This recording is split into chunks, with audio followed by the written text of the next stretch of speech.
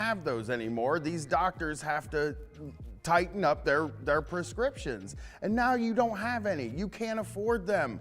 What do? You can take Kratom. It has the same effects, it's less addictive, and it's more gross. So that even brings down the use. You're not gonna use it as much. Kratom kills the pain in your body. It also cures social anxiety. The government's solution to stuff like this is always prohibition, which means putting more people in jail. How big is your appetite for the war on drugs? I'm sure it's small. It's shrinking every single day. Don't let them continue it. Don't let them outlaw more stuff. Good point. Thank you. Polite It's about just it. not the polite way to have Yeah. sex. That's just I- really one way to have sex that's polite, and it's to say, ma'am, or sir, or non-binary person, would you like to enjoy some making love with me? And then if they answer yes, then you mount that person and you move back and forth politely, and then you kind of finish it up and you say, that was great, and then you never mention it again. That's the right way to have sex, okay? And folks, and that's why we don't do any sort of sex advice or sex stuff on this show, because there's none to be given. I am wise! I want you to write the polite sex book, like the proper polite method. I just said it. You know, you probably hear people constantly talking about this horrible thing called capitalism. I have. Yeah, you've heard that? Yes. You're like, what? How does capitalism affect me? I will tell you, it runs your entire fucking life.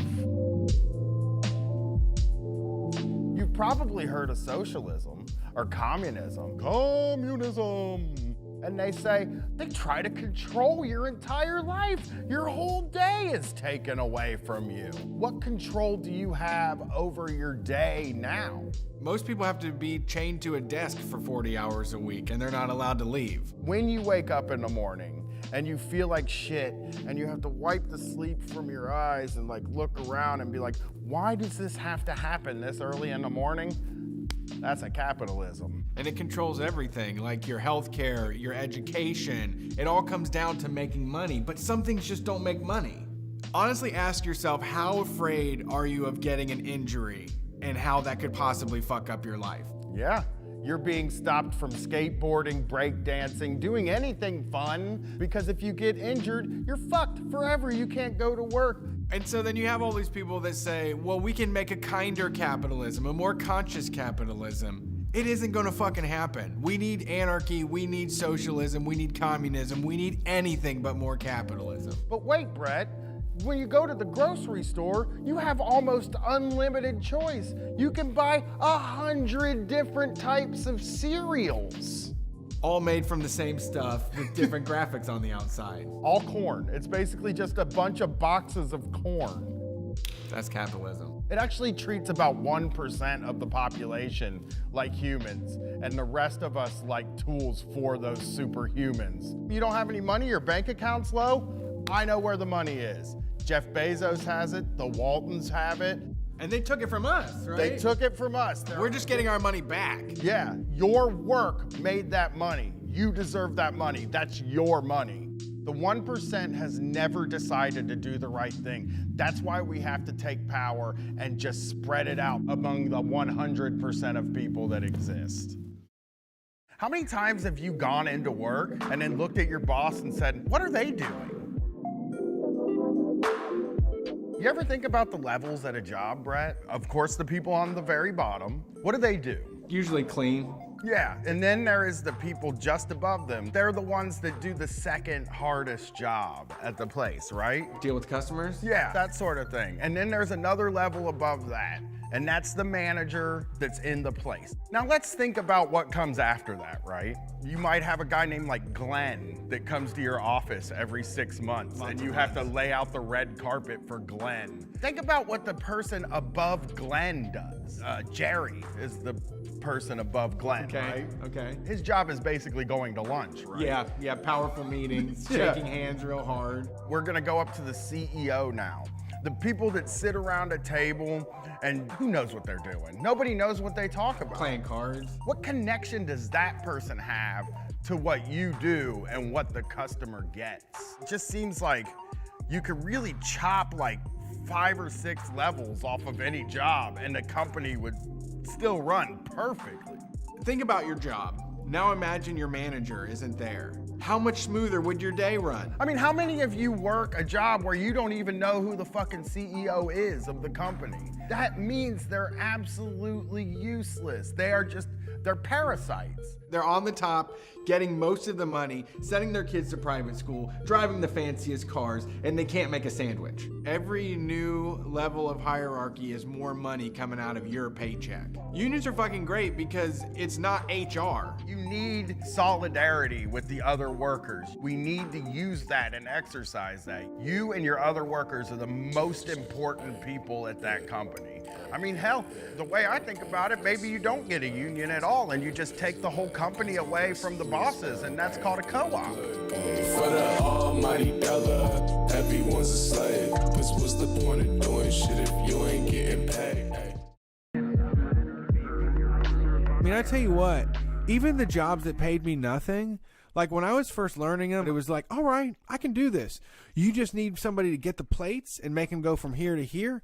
I can be the master of that. I was really into that, and I can do that. But after a while, it's like, you guys treat me like shit, and I get the plates from here to here every fucking time, and you talk down to me and shit. What's going on? Jesus, you're counting my lunches. Like, you're looking at what I'm eating. You're like figuring out when I'm going out to smoke. Like, all of a sudden, you're in my shit. But all you said you wanted from me was the plates to go from here to here, and I'm getting the plates from here to here. God, that was the most accurate representation of how I feel when I get a job. At first, I'm helpless. I'm a little baby. I'm sucking off the tea to the manager to tell me what I need to do. You know, I don't want to, my wings aren't fully formed yet. And then once I learn what I'm doing, I'm like, y'all could treat me a lot better for this. I deserve a lot more for this. Wow, this is some bullshit right here. Now that you kicked me out of the nest and I'm flying through the sky and trying to flap my wings here, I don't think you're giving me enough. I don't like this You at didn't all. set me up right.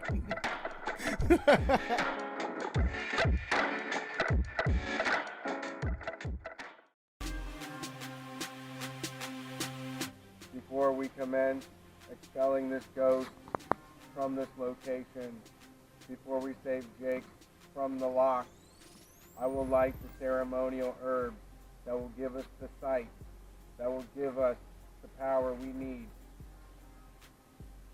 to set Jake free. My Twitter's not working out here. Let's see if you can get a ghost.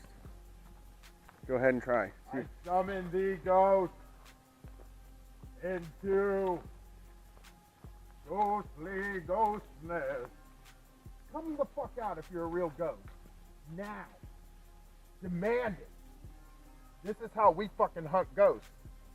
And as we've pointed out, and as we've said, there are no ghosts. So this is where the ghosts live, from what we know. And he's not home. Let me see, let me try this. Jake, you may overtake my body. I accept you into my heart and soul. Please, if you are here, take control of me, use me as a vessel. Gross. Nothing. Yeah, no ghosts. So I guess the lesson of Beaver Creek is there's no such thing as ghosts, there's no God, and the Bible is a lie. Off to Helltown to find out what the government's up to in the middle of fucking nowhere, Ohio. Hell yeah, bumping out here. Can I get some of this safety herb in my lungs, please? And thank you, are welcome here. Jake, you can't have any because they drug test. Yeah, if you go to work, man, you're gonna get drug tested. Jake, you son of a bitch! You get out here! Hey, Jake! Ain't coming. He ain't coming because he's afraid of me, Brian Quinby from Street Fight Radio. Brett, would you like a shot at Jake? Yeah. Oh, I just fell in a hole. That was Jake. That was all Jake. I think we found the ghost. Jake won't let you see your mentions. He's like, don't look at your phone while you're at work, motherfucker.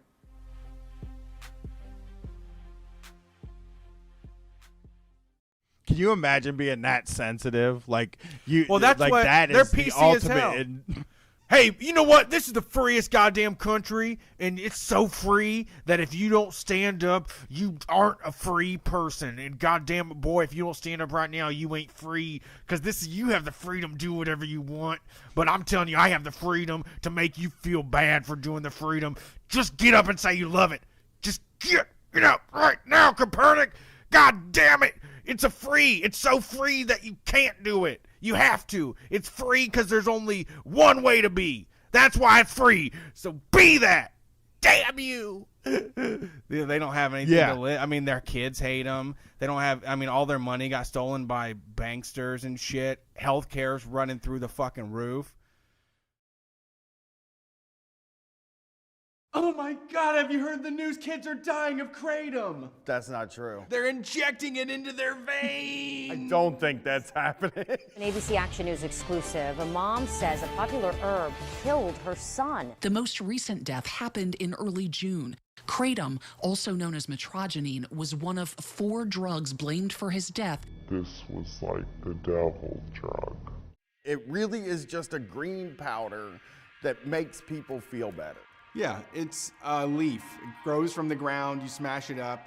You make a tea out of it. You throw it down the back of your throat. You eat some capsules, and you feel better. Your mind's clear. And most people that use kratom don't have access to healthcare or prescriptions or any of that regular medicine stuff. They get it from local stores or online. Let's do an example here. You're a young person. You don't understand how all this works. So let me explain this to you. When you get hurt in your older age, let's say you're 34, you work on a roof, you fall off, and you crush your fucking heel, right? It's all shattered. The doctor 10, 15 years ago was like,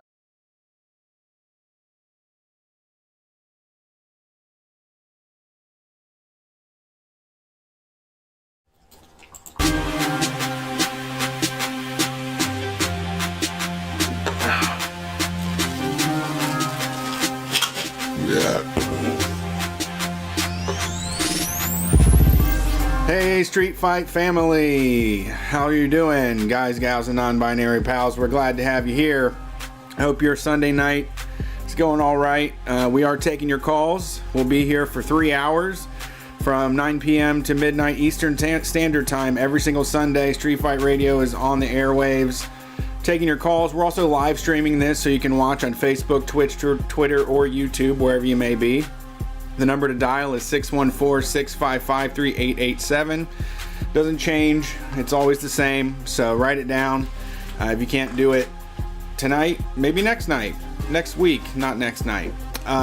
Working on an ABCD show coming up soon. That's another thing we got in the fire. And getting ready to wrap up Buttfest 2000 and move into Get Motivated. So we've got some exciting news for that as well.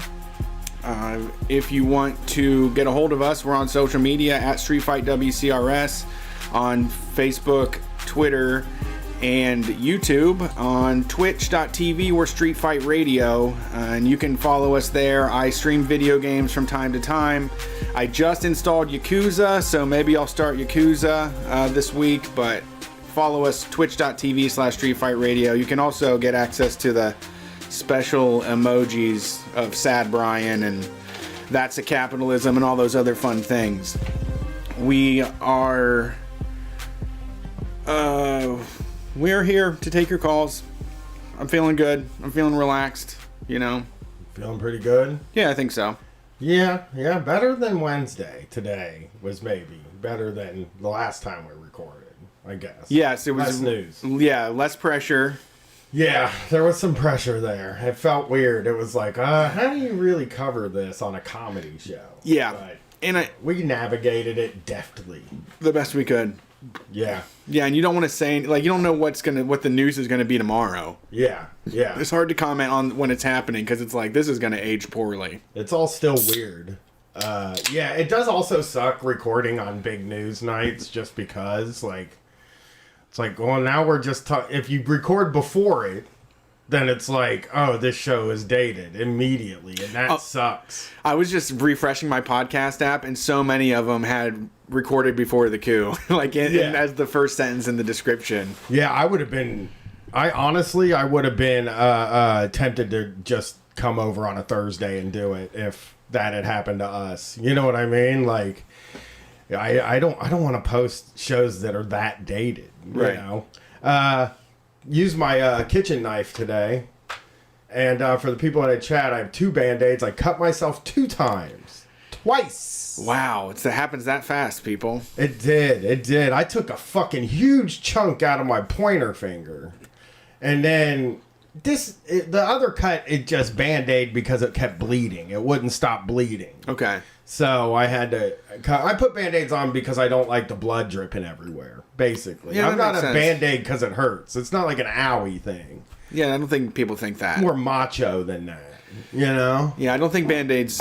I mean, unless it had like G.I. Joes on it or something, I don't think people would think it's an owie. Yeah. It's not too much of an owie, really. I was just cooking. I had to put a Band-Aid on. It was very that was traumatizing. I'm gonna be afraid to use the knife the next time. I don't have great knife skills Okay. when it Wow. comes to the kitchen. Yeah. When we talk about the knife in my pocket, I have somewhat great knife skills because I can flip it open and stuff. I haven't had to stab anybody yet, but I feel like if I did, I would know how to do that. Okay. So that I'm safe with. Got it. It's just the kitchen knife is Cutting a pepper is not as and simple. an onion, a pepper and an onion. I cut myself on the onion, then I got the pepper out and started cutting it, and was like, God damn it! And I cut myself on the onion or the pepper. So on both of the things I cut, I did make sure I did not contaminate. Yes, I watched Chopped, and I know how that works. You gotta handle it quick because if you get blood on it, the judges can't eat your food. Yeah, you gotta get it, isolate it. You gotta get the little finger condom on after you put the Band-Aid on. I did wear gloves for the rest of my cooking. Okay, well, you do know what to do. I have gloves I bought at the beginning of COVID, that kitchen gloves, because they said you had to wear gloves when you were in public. Yeah. You wore a mask, you Glove put on some time. gloves, you wear a hat, and they wanted you to put a face shield on at that time. It was like, God damn, man, why don't you just mail us all a hazmat suit for Pete's sake? Yes. Mail us one of those goofy things they put on the senators' So heads. give me an escape hood. Did you see those? I didn't even see them. These goofy things they put on the senators' heads were killing me. They were like bags, like clear bags with like a suck Respirator, thing on yeah. them, a respirator on them. It was cracking me up seeing them because they look so goofy. I would have been like, I can't be seen in this thing. I'm sorry. You know, they Yeah. probably don't have any gas. I doubt it. I can take a little I doubt they mace. have gas. Yeah, that's what I would say. I doubt they have gas. I can take a little mace. I've been maced. I've been to a protest or 3, and I have been maced several times now. It hurts and it sucks and it's terrible, but it's better than looking cool. I mean, better than not looking cool for a few minutes. You know? Yeah. But yeah, I saw those goofy hoods they put on people, and I was like dying from it. So I don't. I'm one. I guess I can take a break away from StockX to appreciate safety equipment for not having like I the never brand have. of whoever made it all over it. You know I never have, though. Never, ever. You know, we've talked about the pink hard hat that I had to wear when I worked at the old roofing company because I wouldn't bring my hard hat to work because I thought hard hats looked like for dorks. Yeah. Look like someone that cared about what because it looks like you care about your own life or something. You're thinking about danger. You're instead of just barreling into danger, you're thinking about danger beforehand. I honestly felt like on the roofing job, you're on the top of the roof. What's going to land on your head? You're as high as it goes. What's an airplane going to drop something on you? You know? That's how I felt. Like, why do we need them up here? But you had never done roofing enough to come to that. You can't make that judgment before you're the expert. Yeah, I wasn't really an expert ever when I did it. But I'm saying that, like, at the time, my thought process was, why are we wearing hard hats? We should wear hard pants. Okay. You know, if you fall We off. should wear springs on our boots so that we bounce back onto the roof if we fall off. Yeah, something like that. You know, if you fall off, and I guess if you fall off and land on your head, but those hard hats fall off. They don't have a chin strap. You know, I was very bad. When I was working for a living, I was very bad with safety equipment. I'd probably also, though, if I was like a senator and they handed me that bag to put on my head, I would have gone out and bought a gas mask that looked cool. You know what I mean? Like, Wait, you would have said, "Hold on, I'm gonna go buy one," or No. That's not what I'm saying. I'm saying, like, I'm sure they had those in their desks for an emergency, like as a preparedness kit. And I would have been like, "Oh, I'll go and take care. I'll go get something for myself." Yeah, you and Dan Crenshaw would have brought your own. Yeah, and I would look cool as shit. Dan Crenshaw he let me down a little bit. Really. I thought he was a little crazier than he is. When he turned on Trump, I was like, first of all, Trump, you're in trouble, buddy, because this guy was ride or die. He's a wild, weird motherfucker, and he turned. You know, I thought he was the weirdest guy in the House of Representatives. I had always felt as though he was the weirdest guy there. The parachuting into Antifa training camps video was so absurd. Yeah. It's you can't ask for normalcy or return to decorum and shit when you do that. Yeah. I thought he was the weirdest one, and I guess there's weirder ones there. I'm trying to think of who. Matt Gaetz. He's weird. That's a fucking weird one right there. He's somebody, I see his tweets, and I'm like, he has power. Yeah, like he's in real charge. Power. Yeah, you know? He's in charge of shit. Yeah. Oh, he's weird. Woof. We should look into some of these characters Wednesday. You know. Sure. We'll look into Matt Gaetz. See our new cast of characters. Dictators. Yeah. Who's going to be the new generals of our new dictatorship of Trump? Yeah. We'll look into some of the Q guys, some of the conspiracy stuff. I'm curious enough about it now because I ended up on somebody's feed, on a Trump person's feed, and I was watching all the stuff they were waiting for to happen last week that didn't happen. And I was like, they really are like, people say it's a death cult or a doomsday cult so much, and like it sometimes feels like, oh, they don't know they are, but you're like, neither do other cults, and like they remind me of when a cult says the world's going to end on this date and then it doesn't end, and then they're like, well, that's because you didn't know about this. Yeah, it makes people double down. Yeah, and it's a new date. You know, I think that's what they really remind me of. Is like, I saw so much that they were like, what did they say they wanted that Trump was going to break in on the emergency broadcast network, and he was going to, you know, have all of his political enemies arrested. Yeah, I heard they did some espionage and got emails from Pelosi that proved that the election was stolen and that this whole thing was a front for Trump to get people access in there to get the information. Yeah, that the woman that got shot was a false flag. I've been seeing that. I haven't seen that one yet. I just saw it today. They had pictures of her account retweeted something. Well, no. I'm going to put quotes around that. Her account retweeted something after. They believe every tweet they see. If a screenshot, you could make a screenshot of anything and put anything in there, and they believe it every fucking time, man. Yeah. And like, so I was reading through them saying like, these were posted from the POTUS Twitter account, and then he deleted them immediately so they didn't kick the POTUS account off of Twitter. Because, like, Trump is now using the POTUS account. Oh, is he? No, but that's what they said. Like, he's using the POTUS account. He's going to start using the POTUS account. He's going to use the Emergency Broadcast Network. They just really think something's going to happen here. And, like, we watched this with the libs, with the Russia stuff, where it's just like, guys, nothing's going to happen. Give it up, please. It's pathetic now. Yeah. It's sad. You know? They're saying hunker down for 2 weeks, and then the whole shit's going to pop off again. Right. We still got time. Before inauguration, the storm will come. Yeah, what do you think about the inauguration? What is your opinions on it? I'm a little like back and forth on it. You know, is Trump going to be at it?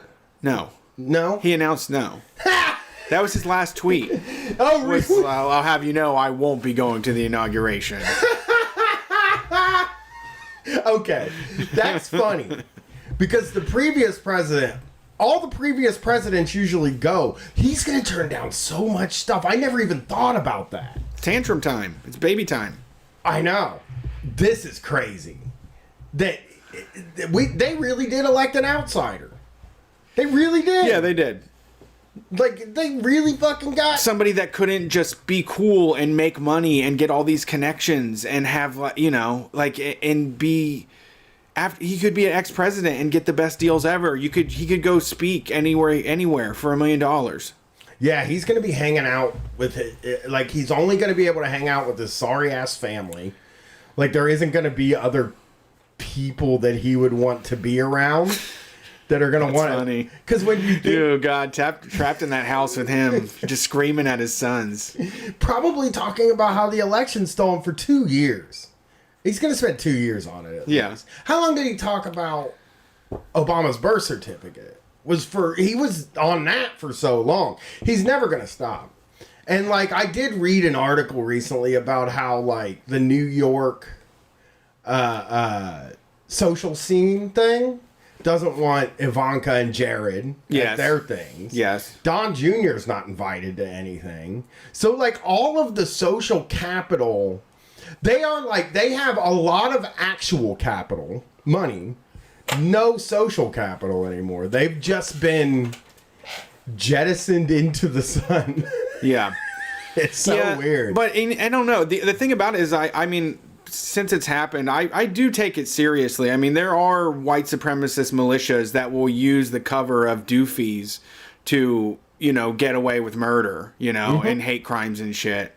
And he's certainly willing to go along with it. And the Democrats are so ill-equipped. I was talking to somebody this week that said at work, their boss was like, we're going to have let's have a meeting first thing tomorrow on Thursday, and sat him down and was like, hey, something really crazy happened yesterday.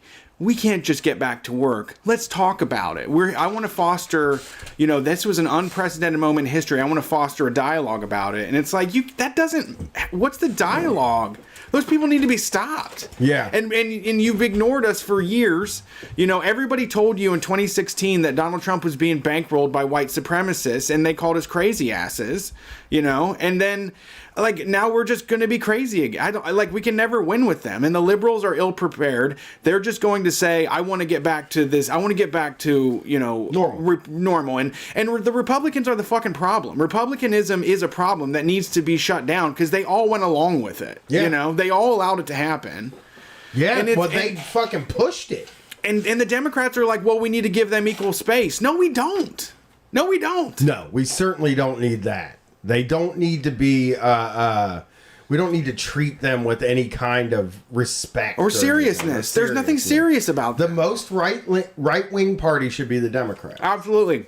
And then I would love that. We would have a left party. I would love to say I want to do this radical thing and have to argue with my liberal friends about it. That's a perfectly acceptable debate for me to have. Yeah. Yeah. Even though they're also just conservative. There really are just Republicans that want to throw everybody in jail and, you know, keep the money funneling upwards. Yeah. But still, there shouldn't even be the Republican Party shouldn't be fucking tolerated. Yeah. So the other thing that's happening as we record this, and this could age badly after we just talked about things aging badly, we're watching the Browns maybe go to their first Super Bowl ever, and that's exciting to me because it's an Ohio thing, and I have Ohio in my blood. So that's happening. There's a lot of pride happening. I would like to riot, actually, to tell you the truth. Lots of childhood memories of guys with their dog ears on and barking and stuff, dads at parties, you know. Yeah, and people just being like, people will go nuts for this. We don't really go nuts. We have, like, if the Browns win tonight and the Buckeyes win tomorrow, Ohio might explode. Yeah. Because we're going to make our own country. Yeah, we might. Yeah, It's Ohio against the world, and we're winning. We are winning. What if we become the new Massachusetts, the new Boston, where like all of our teams win? Then I'll get back into sports. Right after, in the wake? Literally tomorrow, I will get back into football if the Browns win tonight. And I was a Cincinnati Bengals fan. I wasn't even a Browns fan, but I'll become a Browns fan tomorrow. Yeah, Browns also got betrayed by Art Bell or whatever his name is. Yeah. And it's one of the... honestly, all of the people I know that got called losers and talk shit about for being diehard Browns fan, it does make me feel good to know that they're going to have a happy moment in their life. You know? Against the Steelers, too. Oh, God. That perfect. That is just like people in... Well, first of all, horrible people in Columbus like the Steelers, right? Yeah, the worst Columbusites like the Steelers. The worst Columbus people like the Steelers in Michigan. And they just are like, they're probably Trump people. Every damn last one of them is probably a Trump person, because it's really like, what if I like the team that isn't in my city? Yeah. I'm going to like the one that's right over there. Yeah. That's exciting, though. But it also, Pittsburgh is almost about the same distance as Cincinnati, and you could pick Indianapolis, we're like in the middle. We're in the middle of that crosshair of Indianapolis to Pittsburgh and Cleveland to Cincinnati. Especially if you're like not a state, like you're an anti-statist. Yes. Then you could say like, Pittsburgh's just as close as the other two. You know what I mean? Like, yeah. You can like anything within like. If you don't have a team where you're at, if you don't have a team, I think you can choose. I think you can pick. Oh, I don't like that. You have to pick within driving distance. I like that. Okay. I like that. I do. Because we've said this before. You're still gonna have sports if the revolution happens. Yeah, people are gonna do sports of some sorts. Yeah, people are always gonna do sports.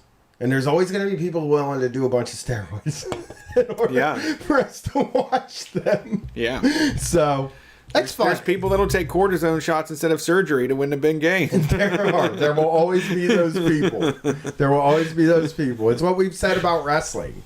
There will always be people who will take the crazy ladder bump. Yeah.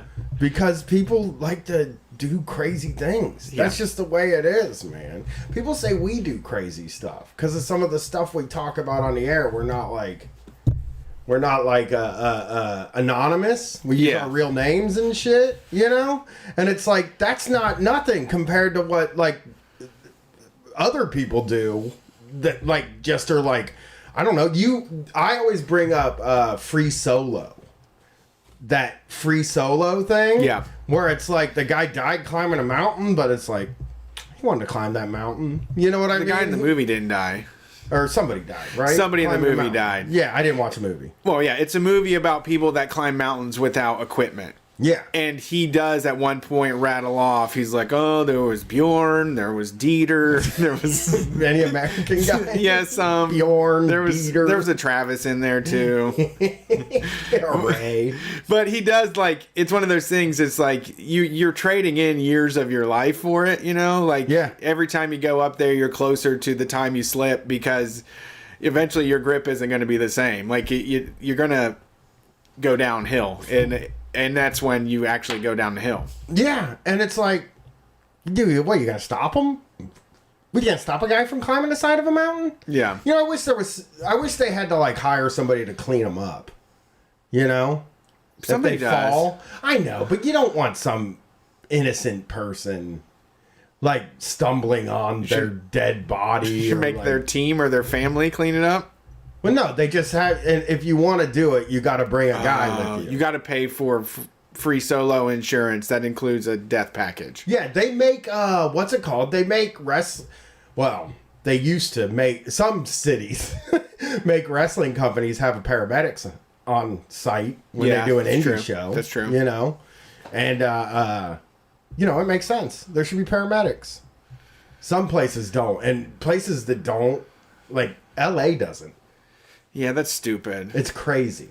Which is David Arquette documentary where He got his like neck cut and blood was just squirting out, and fucking I can't remember. I think it was RJ City, who's a wrestler, is outside like attending to it because there's nobody there to take care of it. Yeah. So I wish I would have put I'm putting money on the game next week if the Browns win. Good idea. I'm fucking laying down money on the Browns. Can we get baby. my bookie code? That's something I would advertise for. I know some friends who have them. I can use their my bookie code. No, I for mean, their can we get show. one for the show? Oh no, I doubt it. I want some doubt it. points. They do that though. Well, I heard other podcasts advertise my bookie. Yeah, and you get whatever the double whatever Your deposit. Deposit, yeah. You told me that's a scam though. No, I didn't. Oh yeah. Well, I mean, sure. Yes, it is. Yeah. Whenever they match your money at the casino, they usually, especially the online ones, they require that you have to bet it a certain amount of times over. So if you pay $100, they will give you $100, and you have to then bet maybe 5 times. You have to bet $500. So you can't just take that $200 bet and put it on black and win and walk away with $400. You have to try to lose it like 10 times in a row, 10 times over before they'll let you have it. I miss roulette so fucking much that I think know. maybe I just got to bet on the sports. Yeah, I saw I started watching your Warriors show, and there's a degenerate gambler in there, and it's just got me like sweating and like licking my lips, and I'm just like just can smell it. I'm just closing my eyes and smelling like the must and the grease and the sleaziness of it all. Yeah. And just thinking about like taking $200 out of my bank and just throwing it away is just like exhilarating. I know. I might do it. Look, if the Browns win tonight, I'm betting on next week's game for sure, and then I'm gonna watch it. Yeah, And makes it better. It's my birthday weekend. It's Brian Day on Saturday. Big Brian Day. All kinds of Brian stuff happening that day. Okay. Because we work Sunday and Yes. Monday's MLK Day, which is actually my birthday. But you can't stay up late on my birthday. Yeah, you're going to abdicate MLK Day to him and move Brian Day to a different day? Brian Day is Saturday. Okay. Yeah, because we're working Friday. I just said that. You don't we're have doing a blocked party. Oh yeah, On we the are. Patreon stream, we're doing we're gonna watch Dragon's Den, which is Canadian Shark Tank, with John and Stefan. So we are doing that Friday night at 10 o'clock. You go to the Blocked Party Patreon to find out about it. But we're doing that. So then Saturday seems like the day. I think I'm gonna do Shake Shack for dinner. Oh, that's your wow. That's my top. That's your birthday meal. I mean, what, you want me to get, like a steak? Yeah. I don't know. I mean, I get it. Whatever you want. You know my favorite food's cheeseburgers, though. I do know that. It's like the top of the top favorite food. Over pizza, over all the... Pizza, to me, is... I don't know what to eat. I'm gonna have pizza. Sure. Cheeseburgers are... I know what I want. I want a cheeseburger, and I want it every single day.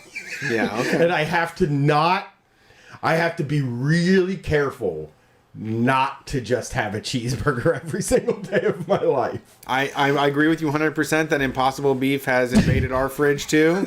And then I'm like, we can have cheeseburgers all the time now though. Like that's when I stopped eating meat, it was like a healthy thing. I'm not too overwhelmed with health stuff, but cheeseburgers, I was like, that's something good. I'm glad I don't do red meat anymore. And it's like, well, this is coconut fat that tastes like a hamburger. Yeah. Still bad. Yeah, it's so good. And I started doing McDonald's at home is what we call it. So I dice the onions up. We have brioche buns that I warm up.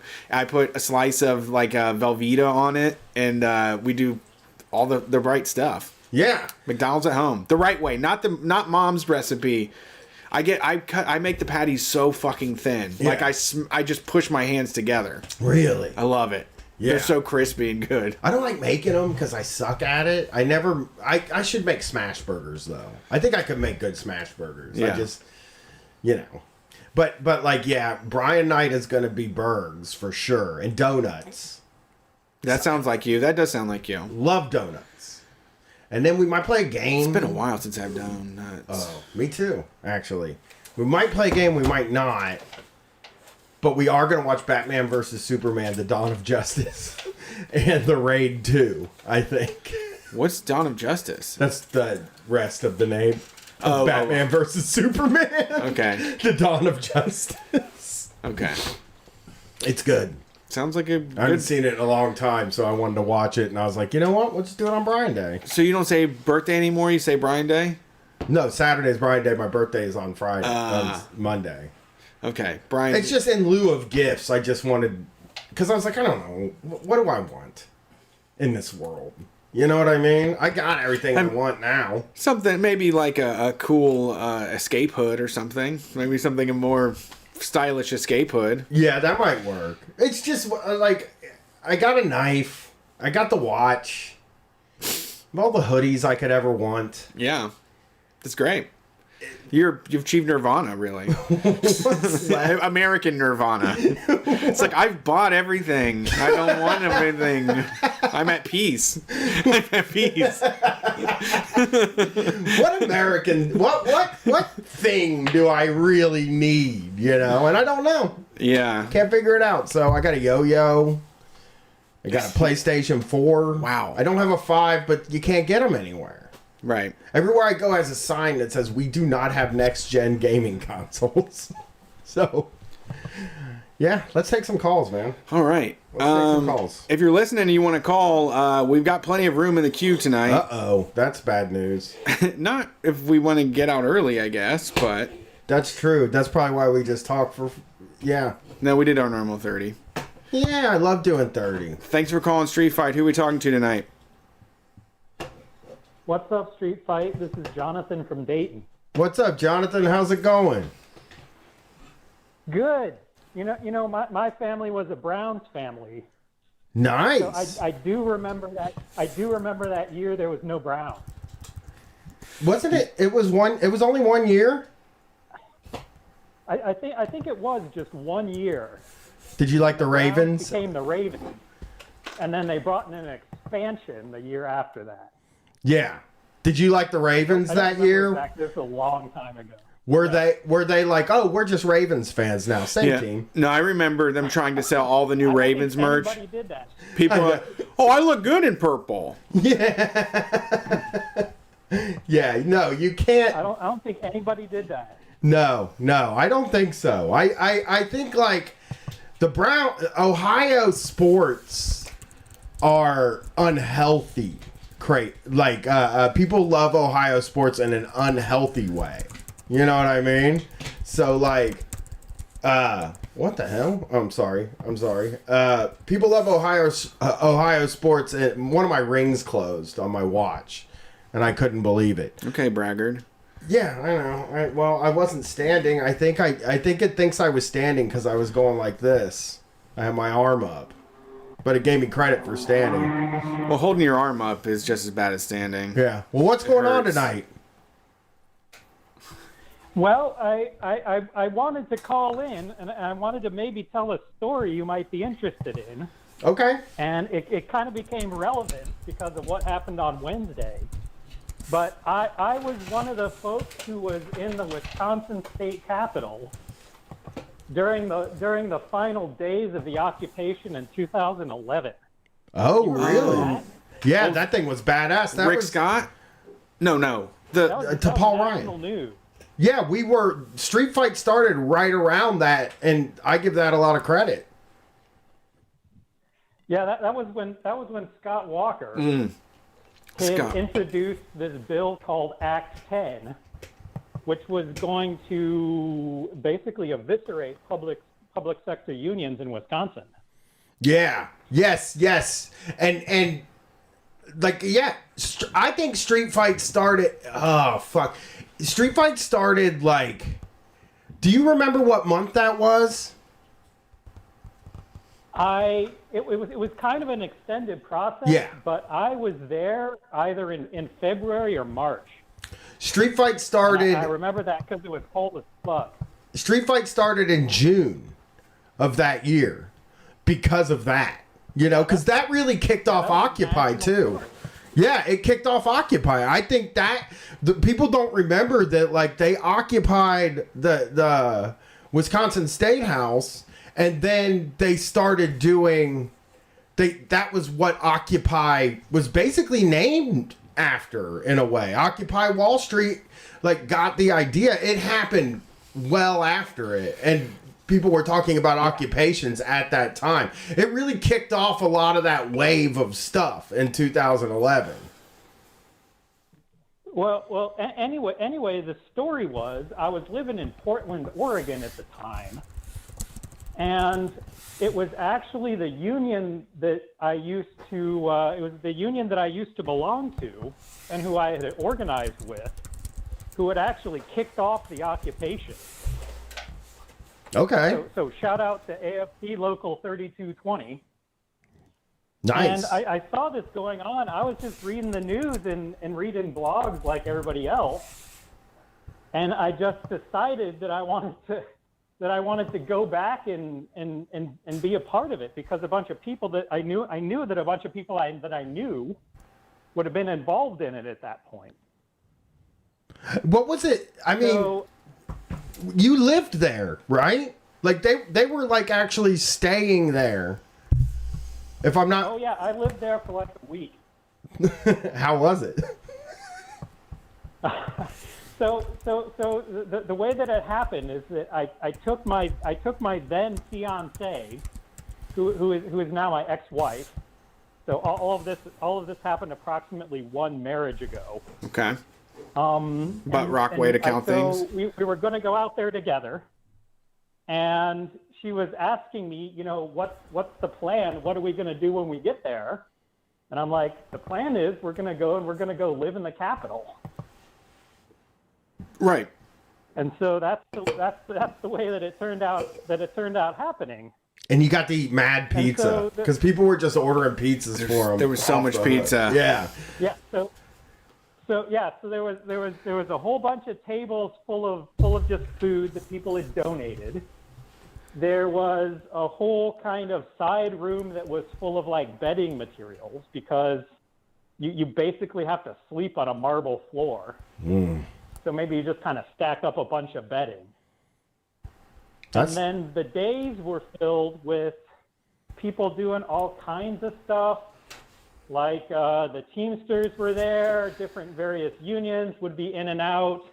The firefighters would parade through the Capitol Rotunda every morning with bagpipes and noisemakers, and it was this huge thing. And then during the day, you would kind of talk. There'd be media people everywhere, kind of trying to talk to people about what was going on. There was a weird kind of tourism that sprang up. People would drive up from like Chicago just to go into the Capitol and see this. Just to see this thing. People were real excited. I wanted to. Yeah. I mean, it was similar here. I mean, that was a lot of inspiration. The timeline, that was 2011. That was early in the year. And then the Occupies kicked off in September of later that year. Yeah. It was a big idea of like, well, maybe we can just take over the space. And I remember going with Brian down there to see Teamsters and union members speak into bullhorns about issues that SB5. Yeah, SB5 is what it was here. And there was teachers, and there was all kinds of people that were getting bussed from all over the state to go down there, and it was a huge rally. It was very hopeful. It was a very promising thing. I loved seeing it. It was super working class. Yes. As working people as you can get. And there were like impromptu lectures on anarchism. There were drum circles and chanting and singing, just all day long. Probably get some cooler music, and then, though. After we had been living there a couple of days, and by the way, one of the reasons why this was possible is that access to the Wisconsin State Capitol is guaranteed by the state constitution. Oh, I always wondered that. So you can't exclude people, except eventually they did. I was going to say, we could go occupy it now. A couple of days. Yeah. After we had been there for a couple of days, they locked it down and said, okay, no one else can come in unless you have like actual like legislative business in the building. Mm-hmm. And so we were in there when they locked it down. And then, we're faced with this conundrum, like, how long are we going to be able to go on? Yeah, because you're going to run out of food. People, they started trickling out. Yeah. A lot of people kind of started trickling out. And so the number of people who were continuously occupying the building, it was just kind of decreasing steadily until at the final night, there was like a dozen of us or 20 of us. Yeah. At some point, you need a shower. Yeah. I suppose I didn't have a shower that entire time. Jesus, because I was in the Capitol continuously for like 6 to 7 days. I went to Woodstock 99 and I didn't have a shower for the 48 hours I was there, and I was miserable. I don't have it in me to be an occupier. And after a couple of days after I left, everybody involved just got the worst, just plague, just some kind of cold or flu had been circulating in that building. It was because it was packed. There's no way to stop it. Yeah. And so it was a little difficult. But anyway, the protests outside the building continued the entire time. Just like massive number of people surrounding that building, while we were the ones who were kind of holding out on the inside of it. And so what had happened that final night was that a bunch of people had managed to, sneak around to a less strongly guarded entrance to the building and force their way back in. And so we were there on the inside, just kind of wondering, what was going to come next, and just doing our normal thing. And just this mob of just comrades just comes rushing into the building, just filling it up again the way that it was before. It was like the liberation of Paris or something. Everybody starts cheering and yelling and playing horns and shit. Exactly. And that's also the night that everyone there made the collective decision that it was time for it to come to an end. Whatever supposed advantage, whatever supposed benefit there was to being there had just dwindled away to nothing, and it was just time to do something else, I guess. Yeah, it moved to New York too. Like once that happened, Oakland and New York really popped off in September. So like the wave just kind of kept going until the 2012 election, when it stopped and went to electing Barack Obama. Right. So yeah, it would have been siphoned off into kind of the presidential election. And I guess a congruent way with what happened this summer. It happens. That's how it happens, though. I mean, they give you 3 years to figure something out, and then you get one whole year where it's just election. They siphon it all to an election. So like that's why you get like things are building in 2008, 2009. Or 2009, 2010, and then they explode in 2011, and then 2012 we have to do an election, so the heat gets kind of taken away, and then things are building again in 2013. Well, not as much in 13, 14, and 15. It is discouragingly repetitive. Yeah, I've watched it happen a few times. Yeah, so. I think that the epilogue here is that in the end they were able to force Act 10 through, and so in that limited sense, the occupation of the Wisconsin Capitol was a failure. It didn't work. It didn't work policy. It didn't work to adjust policy. I think it did radicalize a lot of people, and I know that I would give it a lot of credit for me. I would say that like I sat and watched that thing. I watched that thing in rapt attention, and it turned me into what I am, and I'm sure I'm not the only person who it inspired like that. So I think the takeaway here is that these occupations, they don't work in and of themselves. I was kind of under the presumption that after the occupation ended, then all of the action would move into workplaces.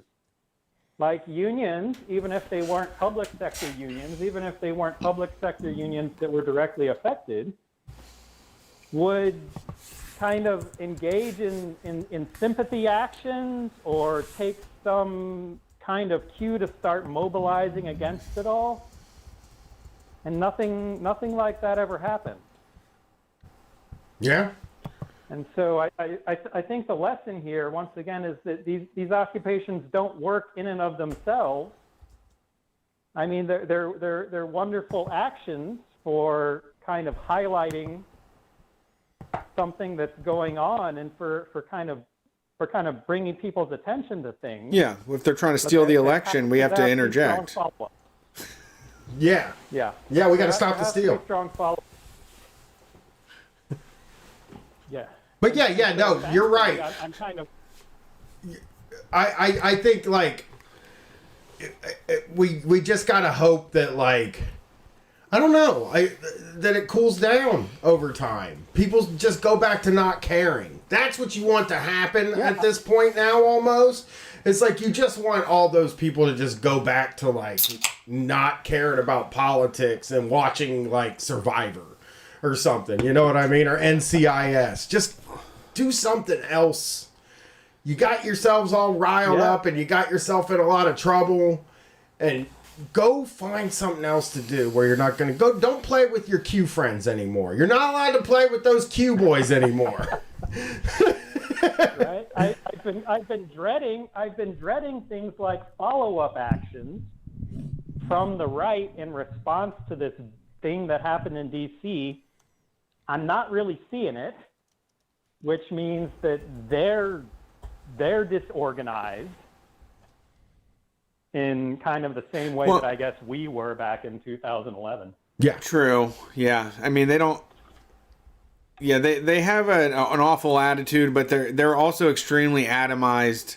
They have no solidarity. They trampled one of their own people, which is something that would never happen at one of our marches. But also I think that they got shellacked, and I think that maybe there are people paying attention to this that might try something else in the future. I mean, especially with we got to remember the Christmas communications bomber happened on Christmas as well, and that kind of stuff. If that kind of stuff happens, one person can do that, and they can put us all in a panic, and who knows what can happen from there. Although I just don't see the powers that be letting it get to that size, Yeah, it really is about how much they're going to let it go. You know what I mean? Like, I think they played too much. They played too easy. A lot of them are also cops. People were talking about military officers and police flashing their badges as they were trying to get into the Capitol, and that plays a big part in it as well. But honestly, I think the Pelosi's and the Lindsey Grahams of the world want things to go back to where they're at, and they'll kill anybody that tries to stop that, even if it's over some white supremacist bullshit. Yeah. Yeah. And this is not the end of the Republican Party. We've seen this happen before. No, but we'd love it to be like though. Back when Gabrielle Giffords was shot, everyone was like, "You Republicans, you can't be winding up people to do this kind of stuff anymore." And it didn't stick, and here we are again. Yeah. So for us, I mean, it's a matter of we can't do anything openly either, because like the way I feel about it is like with these people, it's you broke the law and they're gonna fucking do whatever they do to you. And I say that to our people too. I'm like, don't get too crazy about breaking the law, because we aren't into a radical place where we can like take you as a hostage and give you freedom. Like, they're going to use the law against you as much as they can and fuck your life over, and they'll kill you secretly too. But for that's just what's going to happen. You're going to get punished for this shit, and I can't do anything. I can't change how it is. And if we go and if we were to try and attack or stop something or go on the offensive, which is just another hateful killing fantasy that we don't need in this world, but the cops are going to stop you from doing that too. Yeah. There's no. Totally agree. We don't need to be a street gang that takes them on. We need to get a hold of all the people on the sidelines that are vulnerable to this kind of stuff, because there were dangerous actors in there, and there are people that if they had the opportunity, they would totally take the president. They would totally take the nation if they could figure out a stupid way to get it done. But the dupes on the outside are the ones that we have to, like you said, get them to just stop being into politics. Leave it to other people. Yeah, just fudge that up. What do you like? Maybe it's the Marvel movies. Yeah. They overplayed their hand with the Marvel movies. Now these Q people don't want to watch those. They need Terminator and Predator, and we gotta make R-rated action movies again. That's true. Just R-rated action movies with buff dudes, and we'll get right back. Maybe they'll just cool out a little bit. Maybe we need to make some propaganda just for them. Looks like Schwarzenegger's not doing anything these days. Yeah, but he's mad at them now, so it would have to be. We have to find like. Well, he was one of them. Yeah, but now he's not. We got to find John, just like John Cena do it. He's got the look. He's a big buff dude. He's already played a Marine. You just make them a couple movies. They'll sit back and they'll be done. They just got whipped into a fucking frenzy by this president. Like it was just so exciting to them. No, they've always been whipped up to a frenzy. This president was the first. This one played with it. Yeah. He played around with something. I do want to clarify that, like, I'm talking about the, like, mainstream, like, dumbasses, and not the white supremacists who use them as use them and whip them into a frenzy and got them rolling, Yeah. I'm talking about, like, just like my father-in-law.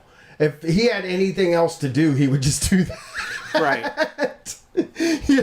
Like he doesn't feel strongly enough about anything. He's just stuck on a couch getting his brain microwaved. Just blasted with angry white guys, dude. Just angry people. He's just blasted with this anger in his face. I didn't visit him this week. No. But thanks for calling in. It was a good call.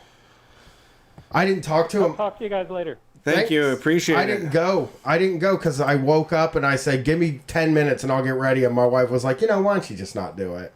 I think she listened to the show the day before. Oh. And heard me kind of being like, I didn't feel like dealing with it and shit like that. But I did actually want to go for the content. Yeah, I would say, I don't know. I haven't signed up for that kind of a beating. Some of the ones you've gone to, probably not. This one seems like it could have been.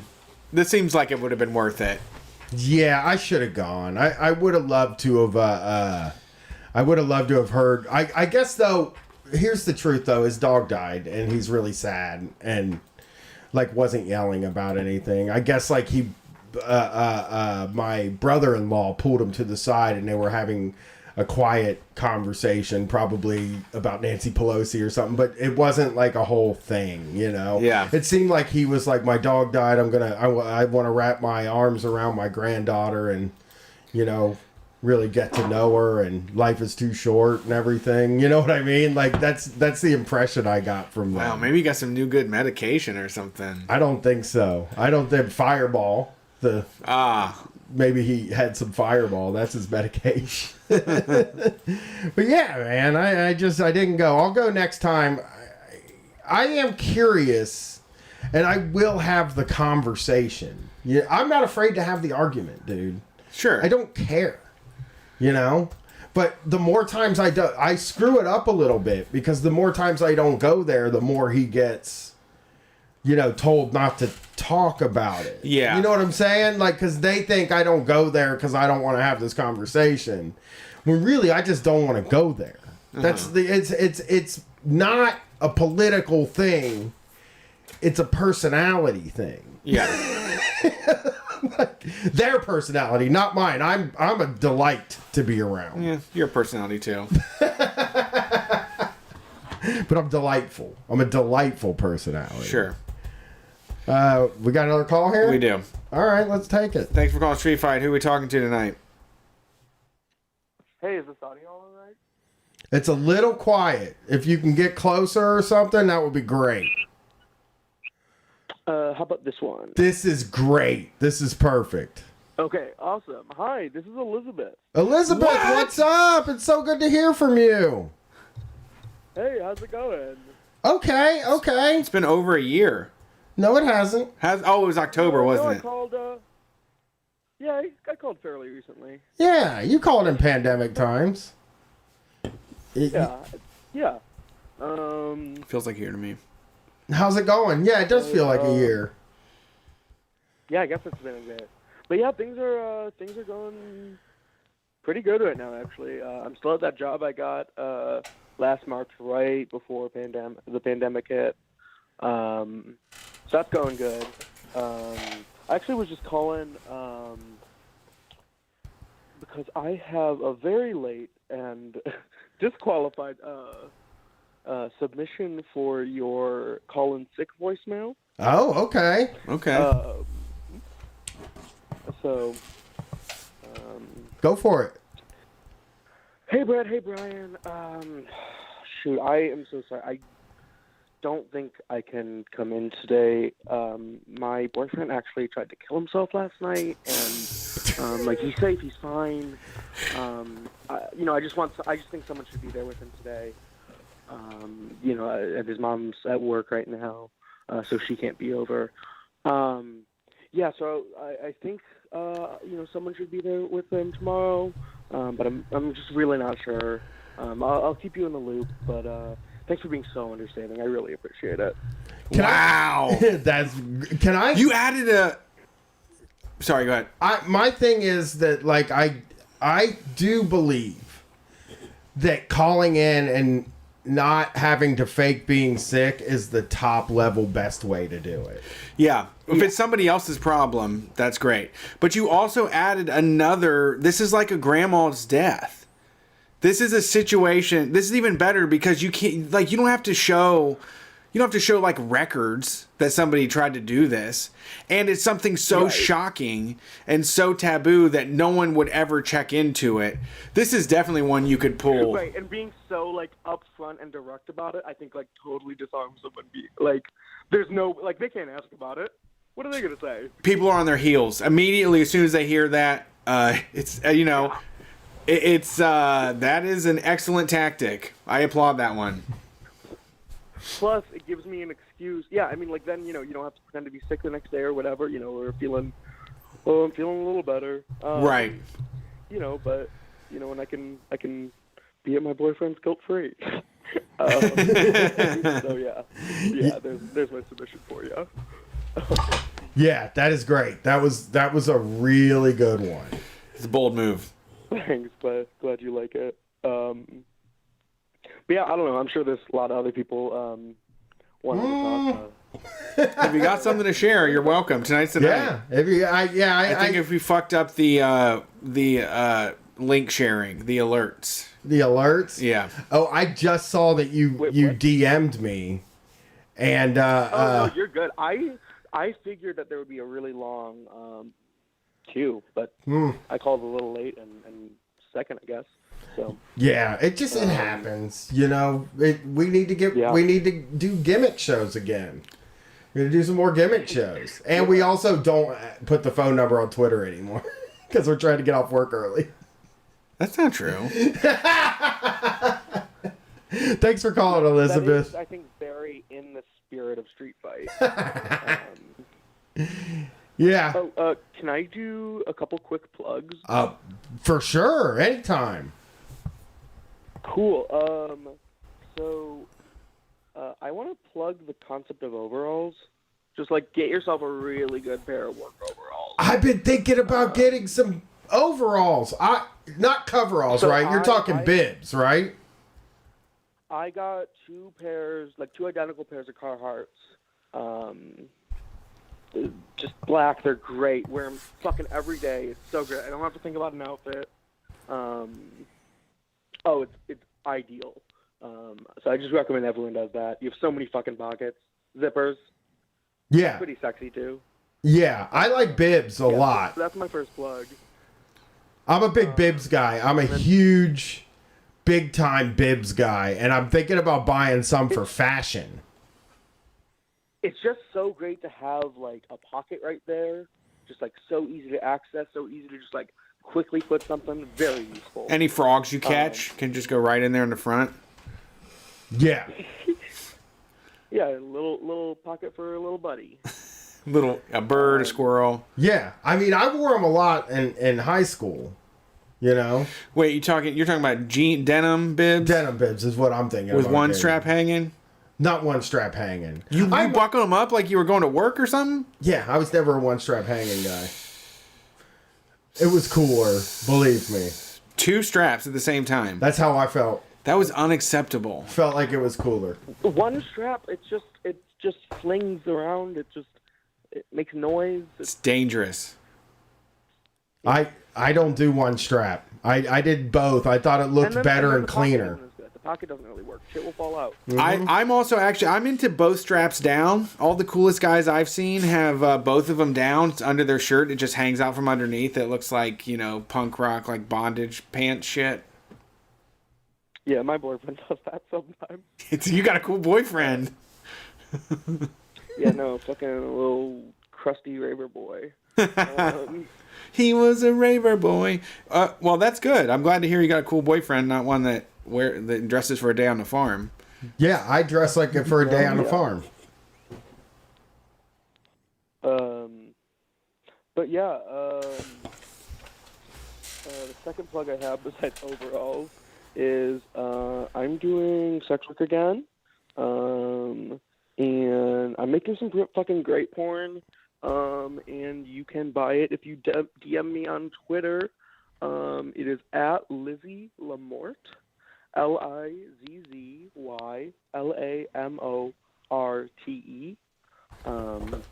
and yeah. Buy it. Yeah, we need. Yeah, the world needs more great porn. It's just this big budget stuff is just ruining it. Sorry, what were you saying? Oh, I don't know. I'm hot. I'm trans. Give me money. Yeah. Well, that's great. Yeah. So send money. Yeah. Everybody, come on. Elizabeth's one of the best. Thanks.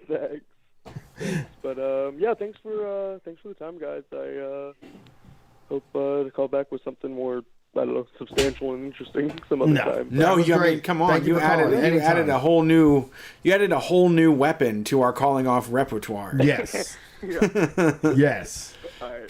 Crisis scenario is the way to go. Crisis scenario is really good, especially if it's and it also, once again, you don't have to do a voice or anything. You just have to act like. Honestly, you could it would be even better if you were like on drugs all night and stayed up till 8 a.m. and then called, absolutely drained of energy, and like, I don't even know what's happening. My boyfriend's life is falling apart, and yeah. We're stuck, and it's a night. I can't be there right now. This is a nightmare. I don't know. I have to sleep for the next 16 hours, and I'll be there in the morning. And then, you don't have to show up. There's no proof. There's none of that. What are they gonna say? Bring in his doctor's orders or something? Yeah, nothing. They can't really say anything. I mean, they'll be pissed off at you, maybe. Right. There isn't a reason that you can call in where they're not going to be pissed off at you. He can't do it once a month, but this is like, I mean, if you need a last ditch call in, I think that's a great one. Yeah. Thanks for calling Street Fight. Who are we talking to tonight? Hello? Hello? Oh, hi. Hi. I had no idea that I was talking. I have never listened to this podcast. I just want to preface that, but my friend Pedro does. And I'm on like a separate call with him. Okay. And because he mentioned that one of you was on Zoloft and then now you're on Prozac, and I was like, oh my god, because it's lined up with my medicine switch. No, actually, I was on Celexa and now I'm on Zoloft. I moved to Zoloft. Oh my god. Oh, it's the opposite. Yeah. No, I'm on Zoloft only for like a year though. I haven't been on it for very long. I forget what, hey, Pedro, what was I supposed to say? What's your experience? What has your experience been? Oh, my experience on Zoloft was, oh my God, it helped. That was good. But, oh my God. I think the worst side effects are digestive stuff, definitely, which was not fun. But sometimes, that's just life, huh? Yeah. We have to. Yeah. Yeah, my Zoloft, I can't tell what it does for me at all. Like, I still have panic attacks pretty regularly, so I don't know if it really does anything for me. Yeah, after a bit, I just started having really bad anxiety again, and then I was like, I gotta get off this or it's gonna be bad. But Prozac, I don't really, I can't really tell. You can't really tell if it's working? I'm drowsy all the time. Me too, but that's because I'm high all the time too. That makes sense. I had a question. What's that? On the podcast, have you ever addressed the existence of Street Fighter, the video game? Yeah. I mean, we don't talk about the video game, but we probably have brought it up a few times. We've definitely used their intellectual property to advance the podcast. Yeah. We have definitely used a lot of their stuff. Oh. Although no one has made me look like Zangief or anything. That would be nice if someone would do That's that. actually for me. something they should do too. You look like Zangief right now. I'm looking at you. So they would probably just end up making me look like Dalheem that peed his pants, or E Honda with pee in his pants is what they would do to me. It would be awesome if they did a Vega that takes the masks off and it was you underneath. Yeah. I would love to be turned into it. Do that. Do you play a lot of Street? You play Street Fighter? I don't play Street Fighter, but my friend does, and also he wanted me to say that he's the one who drew Brian in the what was it? The Turd 316. Turd 316. He sent me the Turd 316 shirt. I used that. Drew you. Oh, he drew me into. Oh, I remember. That's my last tweet, actually. On my count they nuked. Thank you for that. Oh my God, was that his fault? No, I don't know what happened there. But it's the last post on that account. So, where's it at? Yeah, it's the last post. I see it. Well, thanks for calling in. Thanks for calling in. Yeah, thank you. Tell Pedro we said thanks. Yeah, thank you, Pedro. That's crazy that we have a listener that has an administrative assistant that can call for him. I'm gonna have an administrative assistant come in and do the show for me next week. Yeah, somebody else hey, call them for me. Yeah. Call them and talk to them. That's so funny. Yeah, that's the last post on the Murder Brian account. Oh, is it that picture? Yeah. Of you doing this or something? Yeah. Or arms or something? Yeah, that's me. Well, thank you, Pedro, for having your friend call in. You ready for the next call? Or we can take a break. Do you want to take a break? Why did I mouth it? Yeah, let's take a break. We'll come back. We'll clear out the queue and go home. Yeah, we've got 4 people in the queue here, and people like to have their music played on the show. Yes, it'll be a big deal. 2-hour show, so we get a break. That's just the way things are. Thank you for sending it in, whoever you are. What's the name? King Jam. It says, "Hey guys, longtime listener here. I just wanted to send y'all some music for the show. I got a couple of Street Fighters out here in Jackson, Michigan. Homie goes by the name King Jam and makes some incredible music and needs some love. I appreciate all you guys do. I'm putting the SoundCloud link to his last couple tapes. Feel free to holler back at me." So here he is, King Jam. This is Street Fight Radio. If you have music that you make, you can send it to us on our social media channels or email at streetfightradio@gmail.com, and we will get it in there so people can hear about it. Tonight and plead with you. Believe in yourself and believe that you're somebody nobody else can do this for. No document can do this for. But I want to get the language right tonight.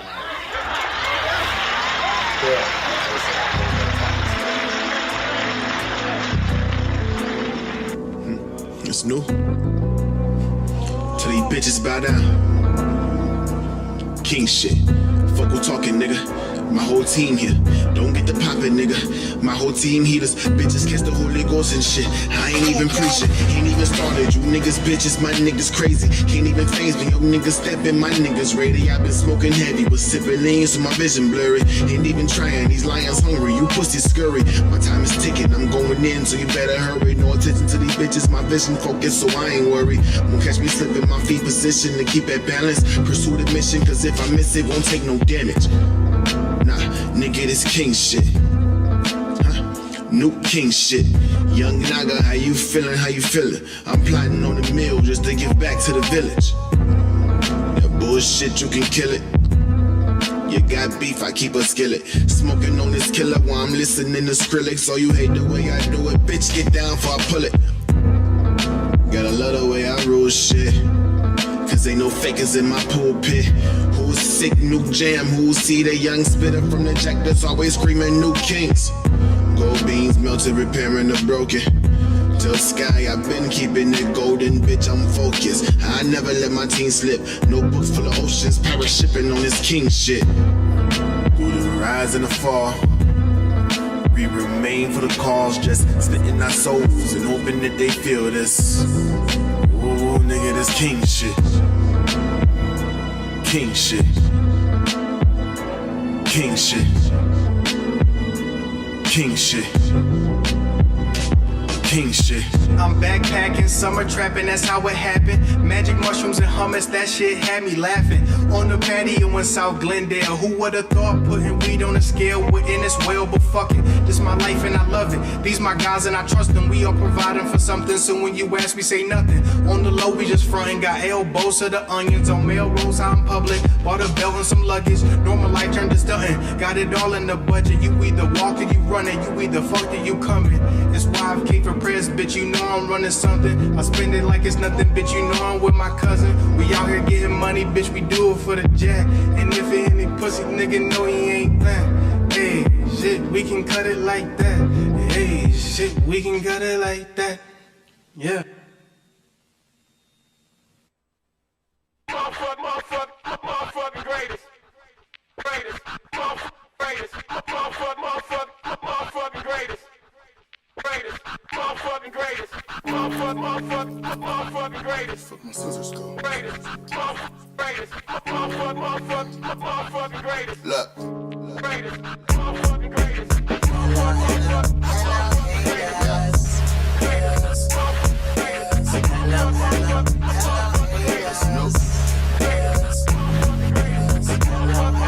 I go by that young guy, young king, young nugget jam.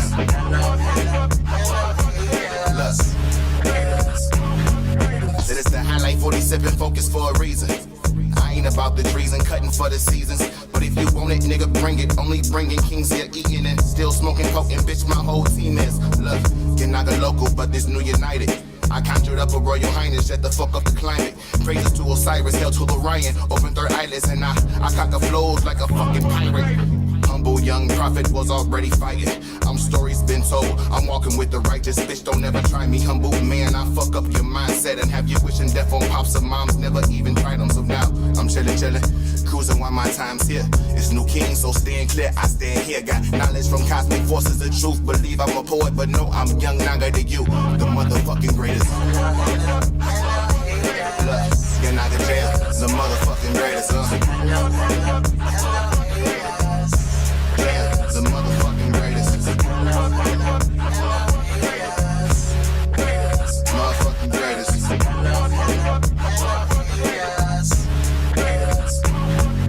And if rap was a game, I'm MVFP. The most valuable fucking poet on the MIC. Watch me take a couple thrones quick before I leave. Like fuck it, I can't be touched like a young Ali. I said if rap was a game, I'm MVFP. The most valuable fucking poet on the MIC. Watch me take a couple can't be touched like a young Ali. You know my team just building up, so don't you dare try these kings. Also, Egyptian gold, I bleed the gold, but the mitten roots my royalties. Black horse and piston, watch me change my wings. Stay loyal, please, or machetes cutting down all you old trees. I'm high key, the dopest being in my CD. And I ain't afraid to say it. Fuck all you haters. Got no times for games. I'm the motherfucking greatest, bitch. Yeah, it's the motherfucking greatest. Yeah, it's the motherfucking greatest. Yeah, it's the motherfucking greatest.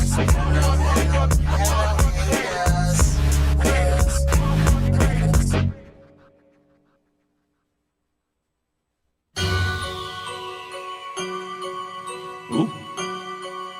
How you feeling? How you feeling? Ooh, tell me how you feeling? How you feeling? No. Look. Are you always off that trill shit, huh? Smoke this till you peel, bitch, huh? In all degrees, I kill shit, so you can go and tell him where the fuck you heard this king shit from, huh? How you feeling? How you feeling? Ooh, tell me how you feeling? How you feeling? Ooh, tell me how you feeling? How you feeling? Ooh. How you feeling? How you feeling? Look, ask me how I'm feeling. Reply, bitch, I'm chillin'. Oh shit in my swisher. Marley in my system. Bad bitch be my witness, so I run this with no fitness. Still got polo on my britches and no love for these bitches. No damn jam known for killing. Put it in my reach, that smoke from Hong Kong. Got a cold brew, you already know what's going on. I'm drinking fast and she smoking long. Both my sticks she choking on. If I get it wet and she hop on that King Jam, get the killing. Riding through my old hood, it's to keep me focused. I love it when she smoke good. Her perfume so potent, got me open, trying to hold it in. Nah, wait, bitch, don't fold again. Shut the fuck up, that's what I told a friend. Hit the back alley, hit the roll again, and I roll again, and I blow again, and I know some freaks, and most of them here. You're talking shit while we rolling up. If you holding up, then there's holes in ya, nigga. And before I make this million, and before I get the killing, I'ma ask you how you feeling, nigga, how you feeling, huh? Or you always off that trill shit, huh?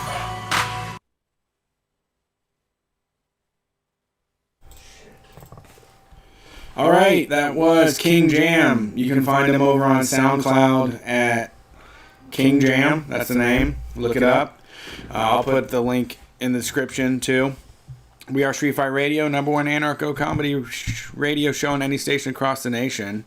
Welcome, guys, gals, and non-binary pals to the call-in show, and we'll get to you if you're in the queue. If you want to call in, we've got room. But this is the normal show we do on Sunday nights, 9 p.m. to midnight Eastern Standard Time. We're gonna have some guests and some other stuff coming in the future, but we appreciate all of you that tune in and subscribe on the podcasting platforms. If you want more of what we do, head to patreon.com/streetfightradio and support the show monetarily. You get access to zines and live streams. I've been doing live streams on Friday just for the Patreon people. If you want to hang out with me, I'll be there.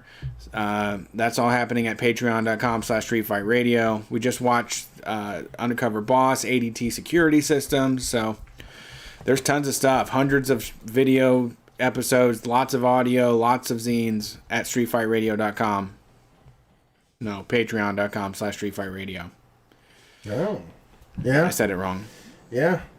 Getting some. It's a weird call night tonight. Yeah, I biffed the restream thing because I was video gaming, which I sent it only to Twitch, and I shut off all the other outlets.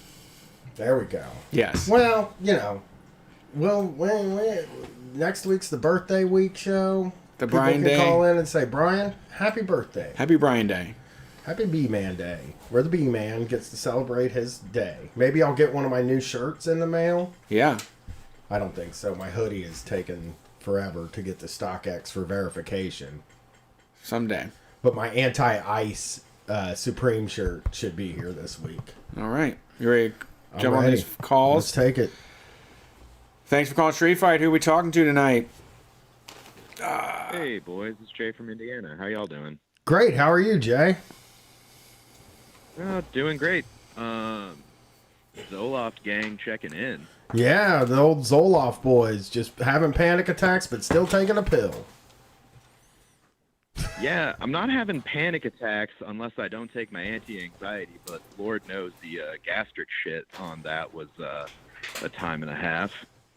Yeah, I get, maybe it's not panic attacks. It's just a lot of anxiety, like almost a constant hum of anxiety all the time for me. So that's something. I'm used to it. It's been going on for years. What are you gonna do? You know? Yeah.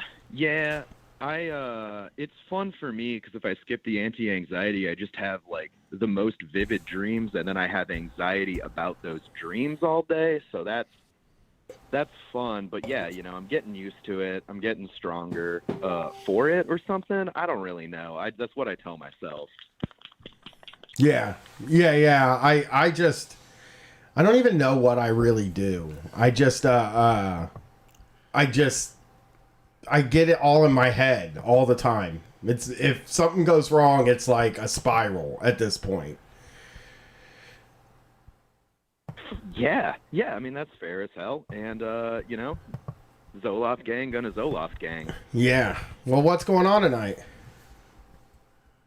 Well, it's the first time I've called in a really long time, but me and my boyfriend caught y'all when y'all were in Indy and talked for a bit with Brett about like Buddhism and a bunch of shit out on the curb on some street in Indy. And I ended up emailing with Brett a bit talking about some union shit that was happening at my work, and I like never checked in about it and feel like a bit of an asshole, but it's been like a really good series of weeks for that stuff, so I wanted to call in and talk about unionizing your fucking workplace. Okay, have you done that? Yeah, hell yeah. We had a vote. We unionized. This is like a year and a half ago that this happened. Yeah. And we've just been in contract negotiations since August. How are they going? Are you part of the negotiations or kind of just waiting it out? I'm on the bargaining team, so me and 3 at this point now, but 4 comrades have been writing the contract, and it's going well, making some solid gains.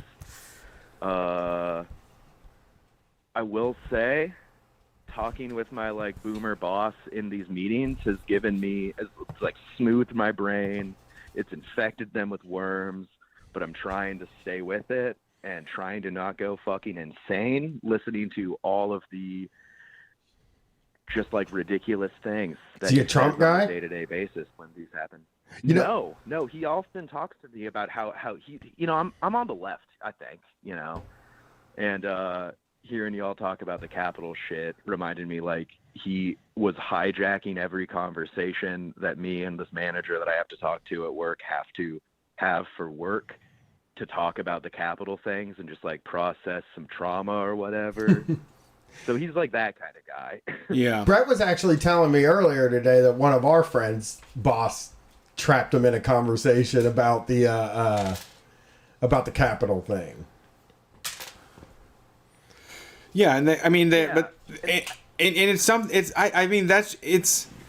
there is this weird like Starbucks diversity program type way of thinking that we all need to join hands and get together and have a conversation. But at work, you can get in trouble for saying what you think, and people hold it against you, and there's politics.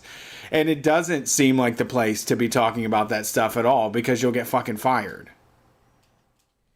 Yeah, like for real. Yeah, like I am not trying to have a conversation with my boss about like how, yeah, just like so many things about that. Like I think everyone, you know, both of you guys and everyone listening can probably has some takes that their boss does not want to hear about that whole situation. So you just sit there and bob your head and are like, all right, yeah, yeah. And I'm just like trying to talk to the manager about how like there's some like graphic material coming through the studio and that like we should like, you know, let the people that are doing it, working on it know. And next thing I know, my boss is talking about how he's like crying at the state of America. And I'm like, I'm crying at the state of my bank account, dude.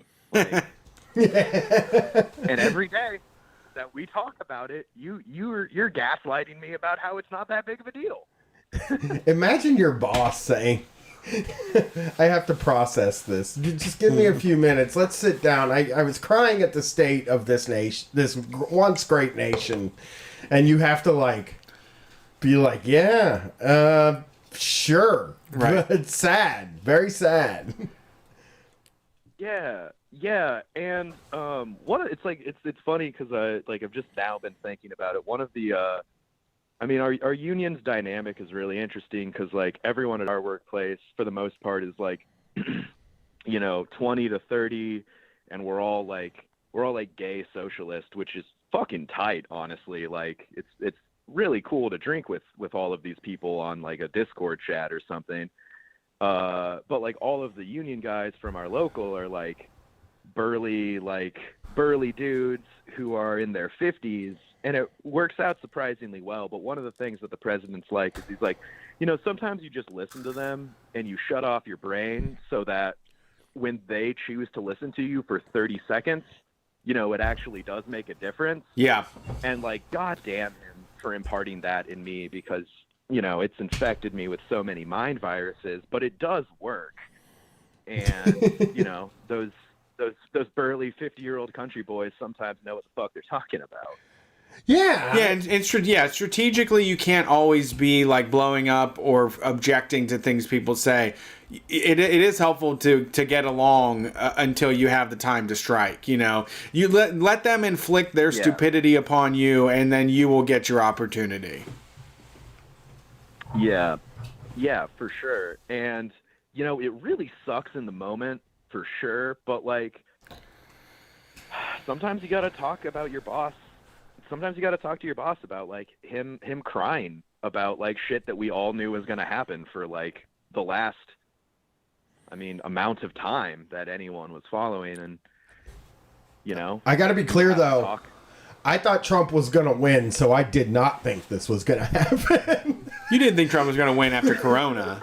Yeah, I know. I'm kidding. Oh, okay. Just he said over the past 3 years, and I'm saying, yeah, I just figured Trump would win again. So I didn't think this was going to happen because I thought they were going to get everything they ever wanted.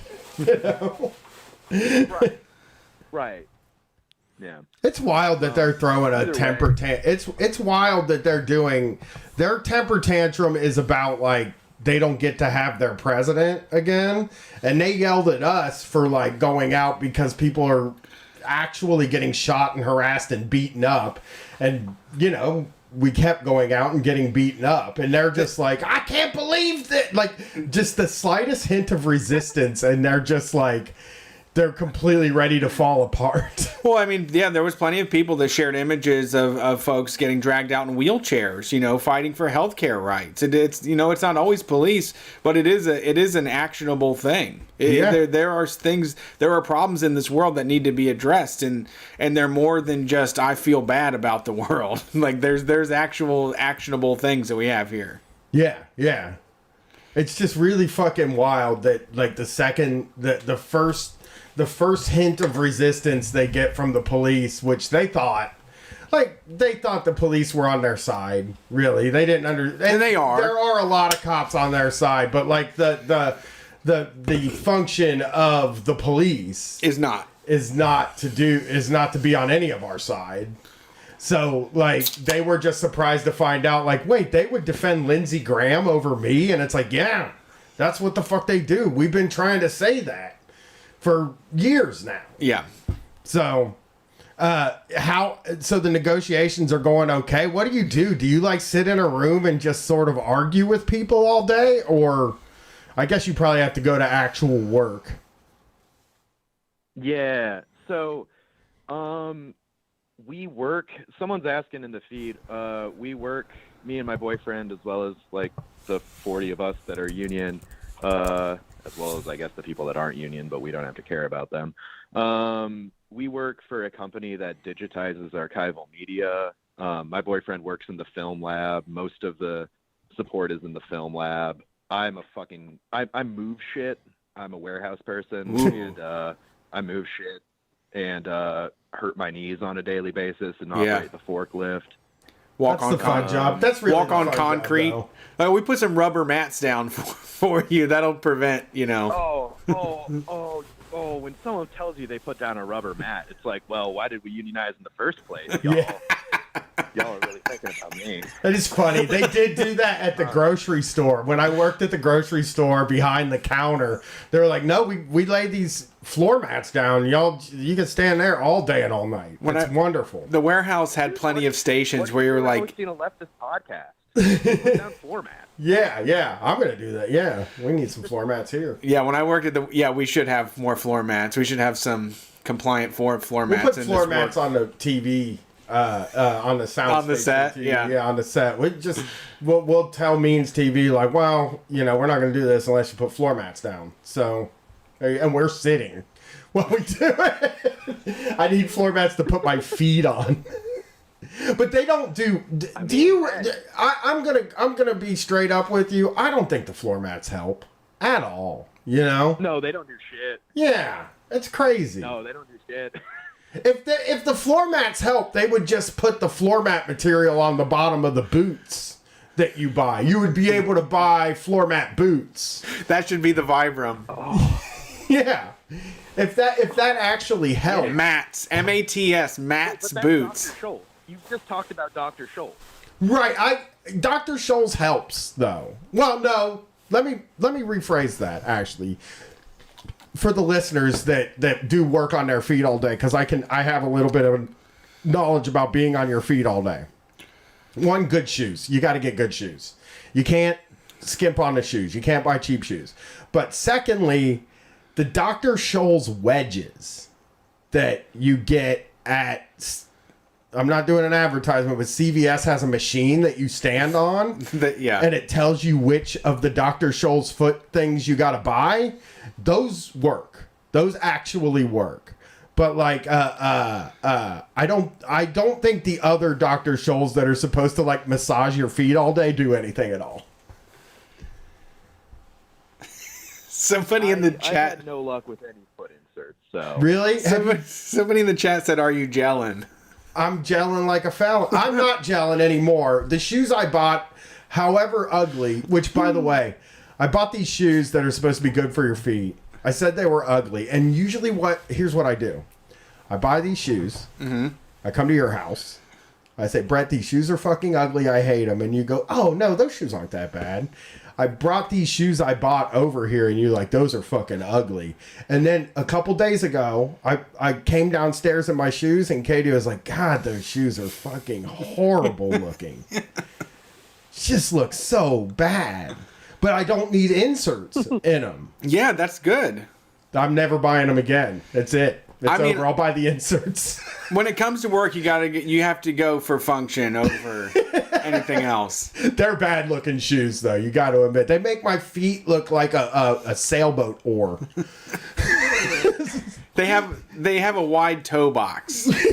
Like really wide though. Like I might as well be wearing floor mats on one floor mat on each foot. Yeah, they kind of do look like flippers. Oh, scuba diving flippers. And plastic looking, just as plastic as can ever look. I don't know why I bought them. You know why I bought them? Because I was like, I want some high tops. Yeah. I decided. Like Dr. J? I decided that I need high tops. When I went to buy the shoes, I made ankle support is good. Just haven't had high tops since high school. Just haven't bought a mid or a high. I started buying the low shoes in my 20s. And I just was like, I'd probably look pretty good in a pair of high tops. And I buy these high tops, and I look they're the ugliest shoes that anybody's ever owned in the whole world. Wow. And, and that's not hyperbole. If Brett said it and my wife said it, them's some ugly shoes. I'm sorry to cut you off on the union to talk about my awful shoes. Well, yeah, I mean, you should talk about getting cool shoes for everybody. Make your boss buy cool shoes for you. I did. I made my boss buy me steel toes, and it's like a weighted blanket for my feet. That's good. Really? Because if I don't wear them, I'm afraid. Good brand? No, I'm the shittiest. Well, no, not the shittiest, but like, I got some Wolverines. I feel like that's Good shoes. Yeah. Those are good. Fine. They're not steers. Yeah, they're cheap but good. Yeah, those aren't bad shoes. I have, the Red Wings are worth getting, but I do like the idea of wearing a weight on your feet every single day, because once you get into some shoes, you'll fly like a bird. yeah, your feet get cold in steel-toed boots. I Yes, don't that know if is people true. know that your feet get cold in steel-toed boots. That's true. Yeah. No, you go from the steel-toed to the fucking tennis shoes, and yeah, you're like ready to run a fucking marathon. You run a lot faster in those, for sure. That's what Michael Jordan did before games. He wore steel-toed boots until the game, and then he put his J's on. And that's how he was able to jump so high. Wow. Yeah, just a little Inspiring. something. I'm going to get some high tops. I'm going to get a good-looking pair of high tops soon, though. But, so, we keep stopping the union talk. I know. Right. And we're supposed to help with the union. Yep. Not have the guy call in about the union and then get him to talk about shoes. Man, we like shoes, though. We do like shoes. We're big shoes. I probably talk about shoes more than unions in my personal life, if I'm being honest. I fucking wish I could say the same thing, dude. How long do you think this is going to take? You said you've been in talks since August. Yeah. How long does this take? I guess. So sometimes we've talked and reached out to a lot of different folks. Sometimes union negotiations go fast as hell because your boss just gets a lawyer to do all of it. Sometimes your boss is like, I want to do meetings for 1 hour for every 2 weeks. Yeah. And doesn't do any work of his own for it. Like, he has yet to advance any proposals. We do all the work, which is, accurate to my experience as a working person. But like, at some point, it's a. Go ahead. No, it's like this weird balance of advancing your own agenda and like somehow coddling a grown man who's 2.5 times your age's ego, Yeah, that sucks that like even you can't get out of that even when you start organizing. But I mean, is there any sort of recourse you have if they drag it on for too long? I'm not surprised to hear it's taken this long, because I have like heard tangentially and through talking to people like you on a patio at a bar after a show that it can take a very long time, and a lot of people get fired or lose their job before it even ever becomes unionized. But is there some sort of recourse you have if they take too long to get this thing established? So there's not really, as far as I know, any recourse for if they're taking too long, provided there is still movement. If we were, sending proposals, trying to work with them, and there was still no budging and they were still dragging it out and all that shit, there could be some recourse, but that's a matter of contacting the NLRB, who, frankly, more often than not, rule on the side of management rather than the union. So you kind of don't, you want to create a situation where that doesn't necessarily happen. Right. Which sometimes just means accepting that it's going to take from fucking August of 2020 to, God willing, sometime soon now, which we're getting really close, and I'm feeling really good about it. Like, I think like this last meeting that we had, which was this past Thursday, was the first one that felt really good, because we're so fucking close. And it feels great. And I mean, my boyfriend can attest the amount of celebratory drinking I've been doing rather than the just like sipping on defeat juice, Yeah. Yeah, is it like so basically the thing that your boss is like, you do all the work and then come in and read me what you've got, and then I'll tell you what I think about it. And it's also it's also laid out between when the meeting thing, meetings just kill any progress because it allows for an hour of chit chat and talking, and then you're like, all right, well, we're done. We have to wait 7 more days before we meet again. And it just really, it's always kicking the can down the road when you get into a meeting lifestyle. Yeah. Do you think that he's dragging it out because he doesn't want to do it? I think that I'm trying to think here how the best way to phrase this is, because I've definitely if anyone knew what to look for, they would know the right. they could put together what workplace I'm talking about if there are any other Hoosiers in the I think it's mostly just a matter of, I think the guy is really unfamiliar with the process, and I don't think that they ever expected it to happen, and I think that they still are surprised that it happened, because the workplace before the union there were some things about it that were really cool, but the fact of the matter is we had people like me and, tons of other folks that were working 40 hours a week, getting underpaid, not getting any fucking benefits, getting screwed over by a lack of communication between workers and a lack of communication from management. And I think that environment of no one talking to management because no one had an ability to led him to believe that there was this could never happen. Right. He would never even have thought about it. So I think it's a matter of unfamiliarity. He's just confused that it even happened in the first place, because in his mind he's like, well, like, I had a workplace where people could show up 30 minutes late and it would be fine and they wouldn't get fired for that. And it's like, yeah, that was dope, but like, showing up 30 minutes late is nice. That's a perk, I guess, if I want to, but that's not really what I do anyway. I'm out here trying to fucking make sure me and my partner can pay the bills. Yeah, absolutely. So I think it's, and you want, that's a really long-winded way to answer that. No, but that makes sense. I mean, you're dealing with somebody that's being their own counsel. And before this, they were like, well, nobody ever complains to me, so I guess I'm a kick-ass boss that runs a great workplace. If right, and when you have people in precarious situations, or a lot of workplaces are disorganized and they can just run through people that every 6 months, or temp workers, and you maybe have one or two old dogs in the place. But what you're trying to do is establish a workforce that knows that are professionals and that know the workflow and that can do it week after week and are paid accordingly for what they do, instead of it having be this in the air situation where you don't know if you'll piss the boss off or not if you ask for an extra holiday or something. Yeah, no, 100%. So, we're getting close. Knock on wood.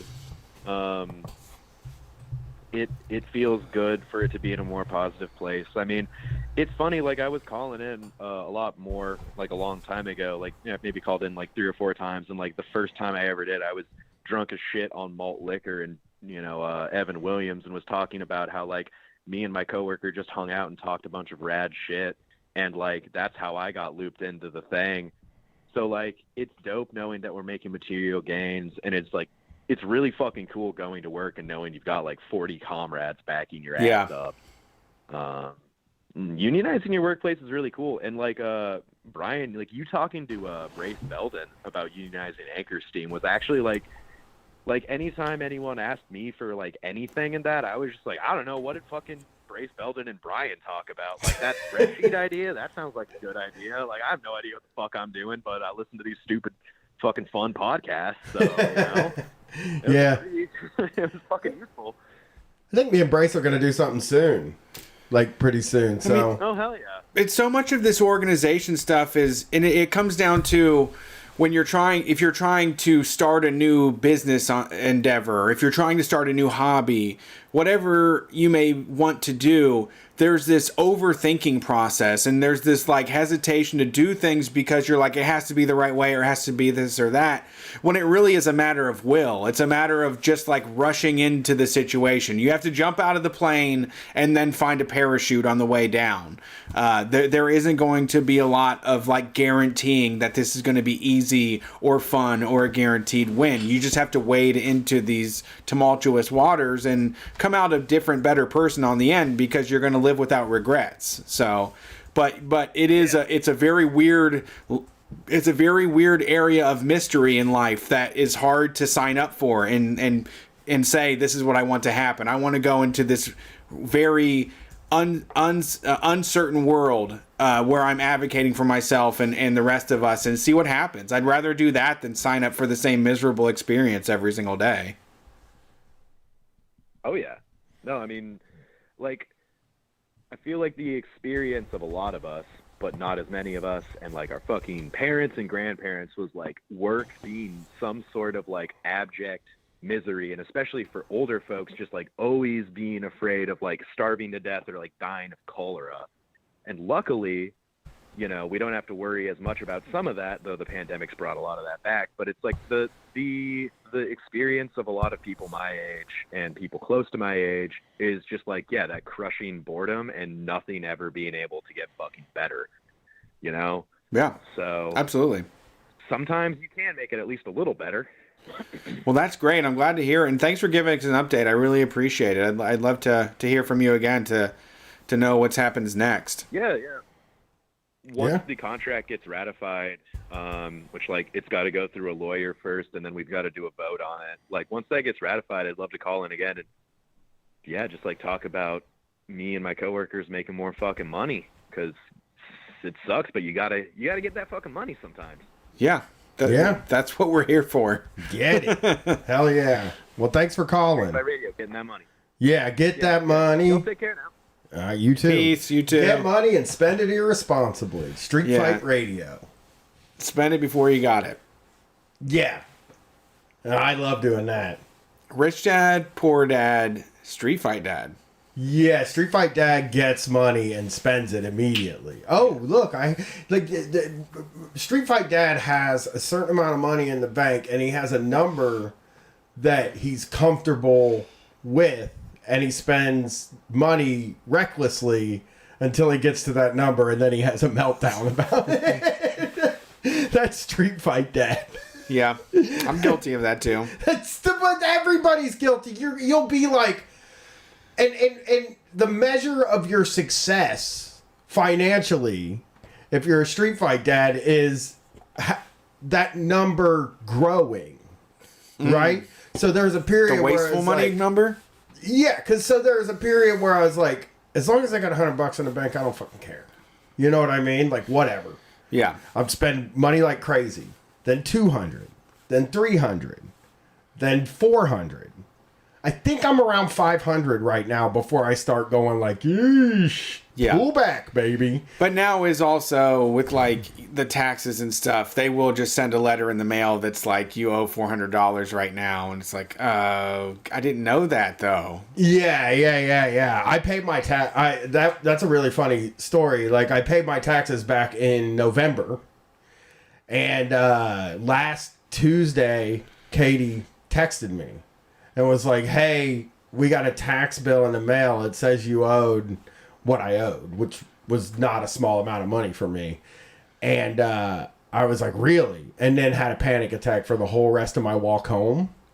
And I got home and I opened it, and the letter had been sent 2 days before I paid it, back in November. Before or after? Before I paid it. Really? It was like 2 days. Yeah, they sent it like November 28th, and I paid it on November 26th. All right. I was like, that scared the shit out of me though, because I was like, I paid it. Right. I thought I accidentally boomered myself and went to some fucking site that wasn't like connected to the IRS. You went to IRS.com. Yeah, I did think I did that. I did. I was freaked. I ended up going and checking though, and I did it. I did it right. All right, next call. Thanks for calling Street Fight. Who are we talking to tonight? Hello? Kansas City. How are you guys? Great. How are you? Who is this? Shane. Shane. Kansas City. What's Shane up? from KC. Best smelling city in America. It is. It yeah, is. Hey, sorry. Yes, excellent. Thank you. Wow. Medium time, first time, I guess. Casual listener. But you guys are a pillar of the community for sure. Oh, thank you. I like hearing that. They say the opposite here in Columbus. You have more time than the person with the least amount of time this call-in show too, as well, which was 0. Yeah, we had somebody that's never heard the show call earlier today. So and they weren't trying to do a slur either. No, they weren't doing a racial slur either. They were just calling for a hell of a time. Well, let me compliment all the callers earlier, because I did hear a few of them, and they led me into, I could go a lot of directions with it. But a few weeks ago, you guys spoofed the Sedaris lifeguard story, and I've been meaning to call a number of times. That was one of them. Oh, this was the first night I called serendipitously. Yeah. So I could tell you I was a lifeguard for 12 years. I could tell you about the experiences if that's the working class story we want to hear tonight. I actually would be. We've never had a lifeguard call. Yeah, people don't understand that lifeguards got to do their laundry for their parents. That's part of the job. Yeah. I mean, that's part of the duty of being a lifeguard. Is you got to take care of your parents' laundry. No, they did it at their parents. Oh, at their parents. Yeah, which is also, from what I've heard about what lifeguards make. yeah, that's why. Yeah. Sorry, go ahead. Yeah, it's interesting because I started as a city job, and then my teens, and then I worked at the Y. It was actually almost livable. I did support myself both in my middling college years, and then I got a degree, and I was like, hey guys, at the Y, I was like, hey, I have a degree, maybe I should get a little more money. And they were like, well, it doesn't really mean a lot to us. They didn't say that, per se, but I ingested that. I said, okay, fine, I'll step away. I eventually came back after I to a different Y, when I was down on my luck and needed to get a job. And, so the lifeguard, history helped me a little bit, to maintain that, wage position. And then at the certain YMCA that I had the second time, I was elevated enough to, you taught swim lessons, you can be the coach of the team. I mean, and all the things that were being talked about tonight by the callers about, the team camaraderie, etc. I mean, I have a salary position now at teaching middle school. I don't have the same camaraderie that I had when I was, being a lifeguard in the pool room. At essentially the same era of life. Just because I had the degree, I was lucky enough to stepstone into a salary position. But I've been in both, and it's not really fair how one confers a certain amount of money or even, dare I say, the PMC word. I mean, and I get the benefits at the teaching job, but if I raise my voice and risk stepping out and losing that position, that was mentioned by a call earlier. There's so much on that side of it versus when I was the lifeguard at the pool. Sure, I wasn't getting benefits. I wasn't getting maybe $12 an hour, and there was a lot of things that went with that. But I was on a team, and that job would almost be livable if it wasn't for the fact that no, you can never move past this wage. Yeah. Because we're a nonprofit, and we're gonna keep our profits going for our. Because what the middling managers at each of those Ys are making, $1 to $2 to $3K a year, etc. I mean, if they paid a living wage for these lifeguards, $20. If I was making $20 an hour in 2010, being a lifeguard, I wouldn't have felt like I needed to become part of the PMC or secure the contract job that I'm now struggling with because I have an attitude or whatever. We all need the health care. Because, God, I had fucking Obamacare in that 2010, and it cost me, my whole tax write-off. So when taxes came around, I paid where I thought was going to be a refund. So like if that position that is just as needed in the community, like the lifeguard, this Y or whatever, some other community center, it doesn't have to be this nonprofit, right? Like you guys are all about it. Like, but I wanted to share a little bit of my experiences there. Yeah, I mean, yeah, it just doesn't. I agree. That's a workable job. I mean, like my kid will not listen to me about anything. No kid will listen to their parents on shit. So you have to go to some other authority figure that knows about swimming and stuff, and all of a sudden they perk up and they're model students and they want to be teachers' pets. And that is a place that needs to be occupied. I mean, all parents, you have to make your kids swim. It's the scariest thing in the world is having a child and knowing that there's bodies of water out there because it will suck them right up. And I think that it is an important part of our community. And without the pressure for people to like get a tie, somebody could just be the best person at teaching kids how to swim. There's going to be new kids every single year that need to swim. And we don't have to pressure them to do something more with their life because they're doing enough. Yeah.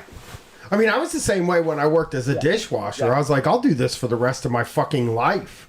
I loved it. It was like my favorite job ever. Or the pizza shop. Those are two jobs where I loved them, but I had to get out. But lifeguard should almost be exactly.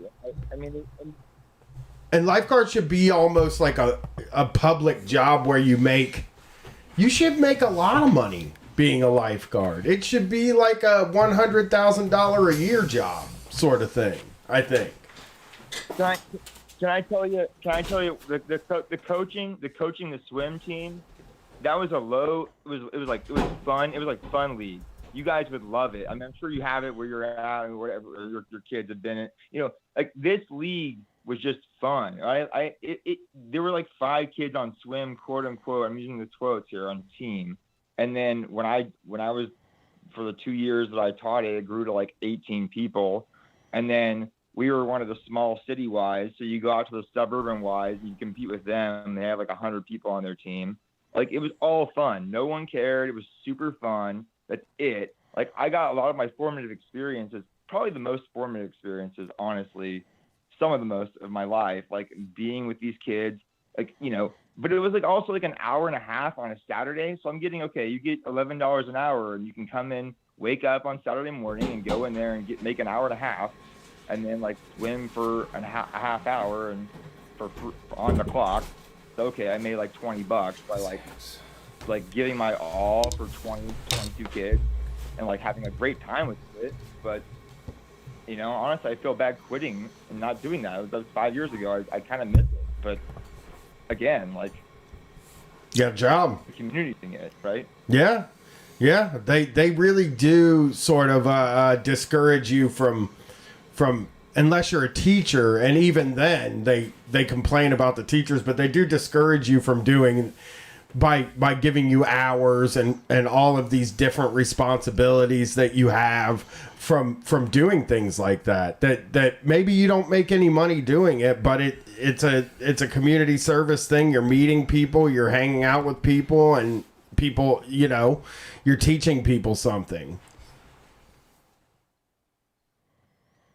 Yeah, I won't belabor the point. You guys already get it. I'll give it to the next caller. But thank you for letting me tell a little bit of my story. I mean, when you made fun of the Sedaris story, like I trust me, I was like, yeah, that guy doesn't quite get it, because I used to work the 5 a.m. shifts, and that's where I was 20 years old in college, like paying my way, having my first apartment in college, working the 5 a.m. shifts. Feeling awesome, like drinking a bunch of coffee, going in, listening to BBC beforehand. Then, I wish I knew podcasts then. That's all. Oh yeah, I would have been a leftist far earlier. Although I did read Lenin in the State a little bit while I was doing those early shifts. But I'll let it go for the night. Can I ask? I'm sorry. I just want to ask one last question though. What do you think? What do you think the situation was with the laundry? Do you think that he didn't check when Open Swim was shutting down? Or do you think and that person was just like, I don't have any time for excuses, I have to get the fuck out of work? Or do you think it was totally fabricated? That was fabricated. If I can give one more piece, if all the laundry memories I have of being a lifeguard, and this is totally appropriate, by the way. This is completely like consensual and age, other lifeguards, etc. No, moms, honestly, moms. Yes, there was some laundry involved with yes, as a college lifeguard at the Y, moms of kids that I was teaching lessons to, etc. I won't belabor the point. Oh, Okay. Tight. That's a better story. That's more Nice. salacious than Well, expected. thanks for calling in. Thanks, guys. Have a good Peace. We done? No, we got a few more. Ah, thought I was going home early tonight. You're not. You have to work the full shift. You work I don't yourself know into a about that. shoot. I don't know about that. Thanks for calling Street Fight. Who are we talking to tonight? Hey. Hey, it's Big Tim from Orlando. What's up, Big? Wait, is this Tim? Big Tim? The Big Tim? Yeah, Big Tim Murphy. Big Tim Murphy. I know Big Tim Murphy. I did his podcast. You did my my old one. I've now radicalized all the way, but y'all were looking for some stepdad content, right? I would love to hear some stepdad content. I mean, the Butt Rock show we've been doing, and I forgot to share this on the episode that I did, but I told Brian today that there's a family member of mine that when he was a teen, he listened to Butt Rock exclusively, and he did it to the point where he just became a stepdad eventually. And it's a thankless job, it's a hard job, but it's also a very easy job to fuck up and get away with doing a bad job. And he kind of walked his way into one of those stepdad positions. I just want to also say, no disrespect to stepdads, but they're hilarious. It's an impossible position. So it is, and my stepdad, at the time. So I'm gonna paint y'all a little picture. It's December 2004. We're at an Olive Garden. It's my Southern grandma's birthday, right? It's the last one that she's going to be alive for. And my stepdad has went to the bar, and Hurricane Charlie came, and we were roofers, so we were flush with cash. And he drank too much tequila, and he got kicked out. Of an Olive Garden? That's great. I had to carry him out over my shoulder. Because fun fact about my stepdad, I'm 6'2". At the time, I was 6'2", 328 pounds playing football, and my stepdad was 5'6", maybe 110 pounds. He's a tackling dummy. Kicking and screaming like a little kid. And oh man, my grandma was mad.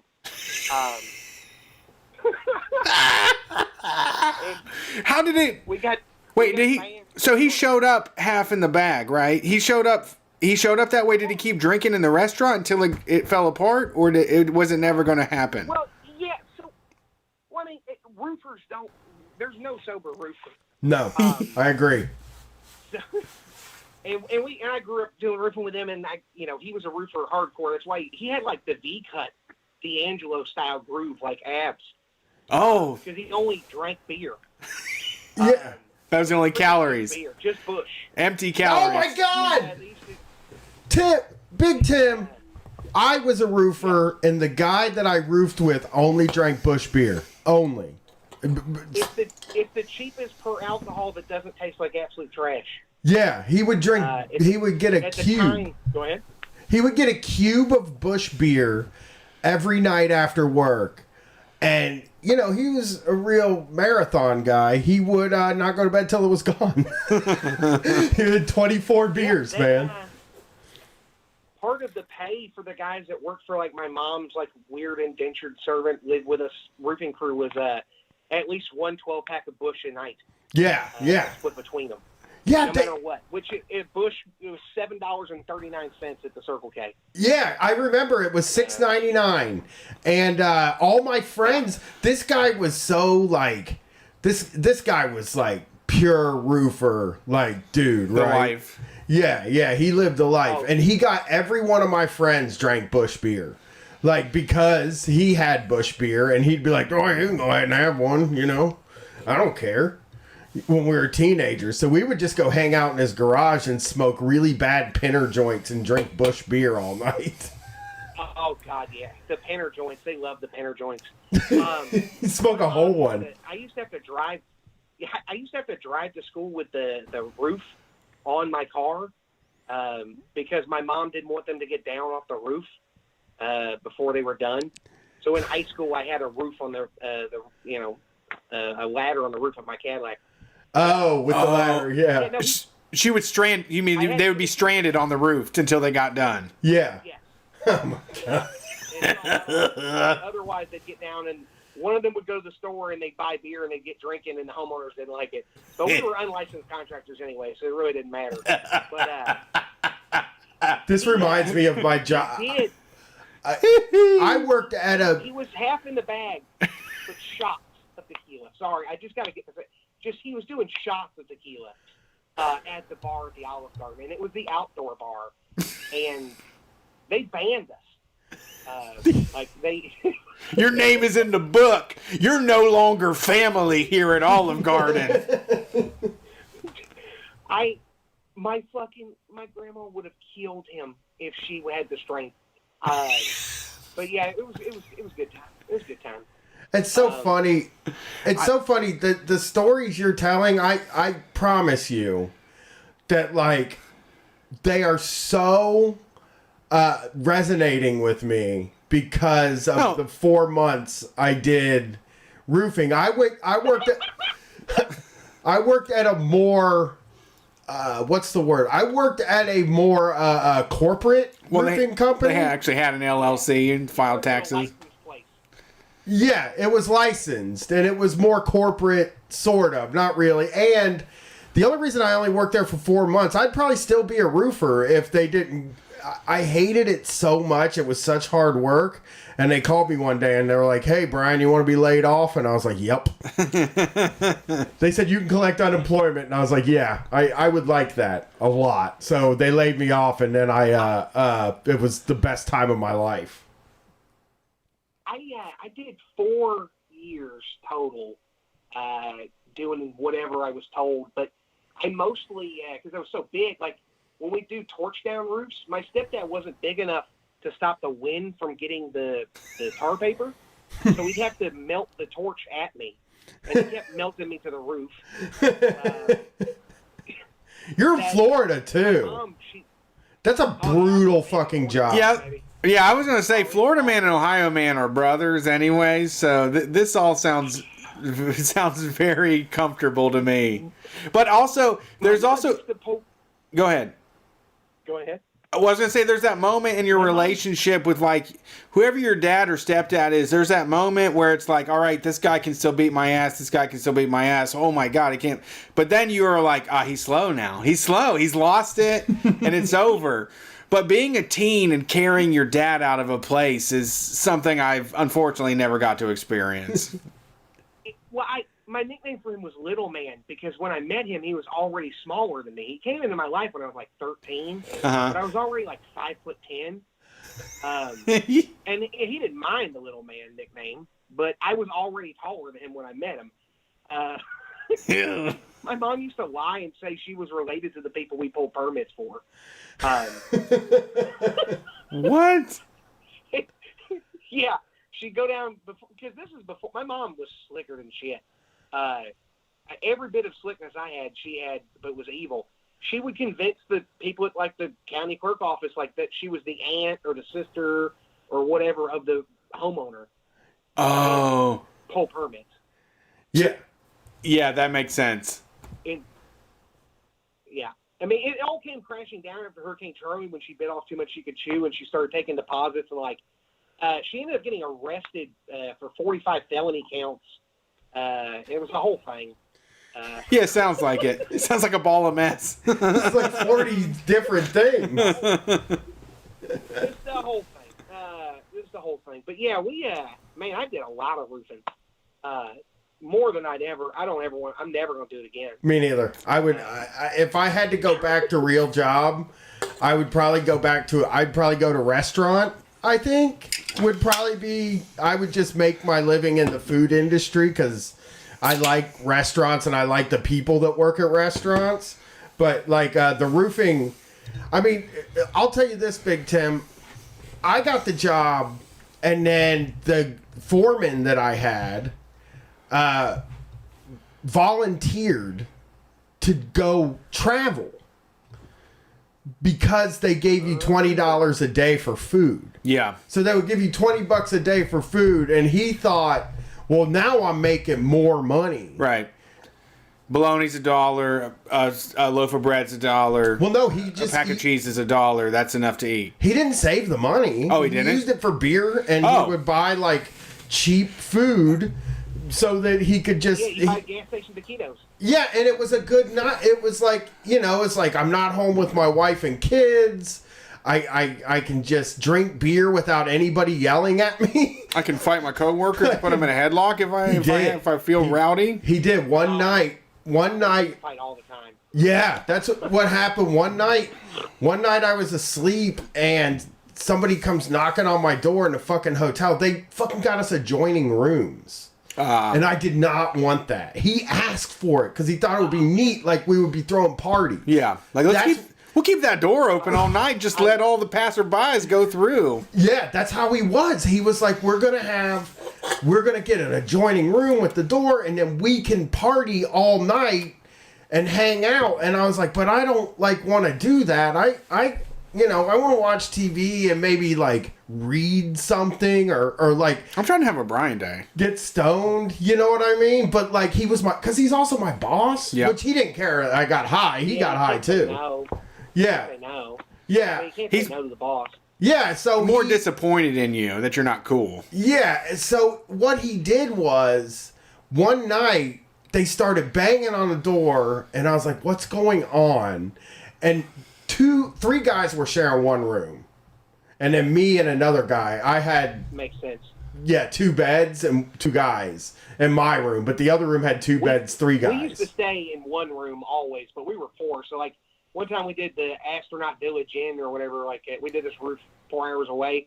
We were 8 to a room, and I slept in the bathtub. But we ended up getting kicked out that night when the baby died next door. So yeah, sorry to cut you off, brother. They get kicked out. That we almost got kicked out because Raj said something to Jim about the way we were doing the roof.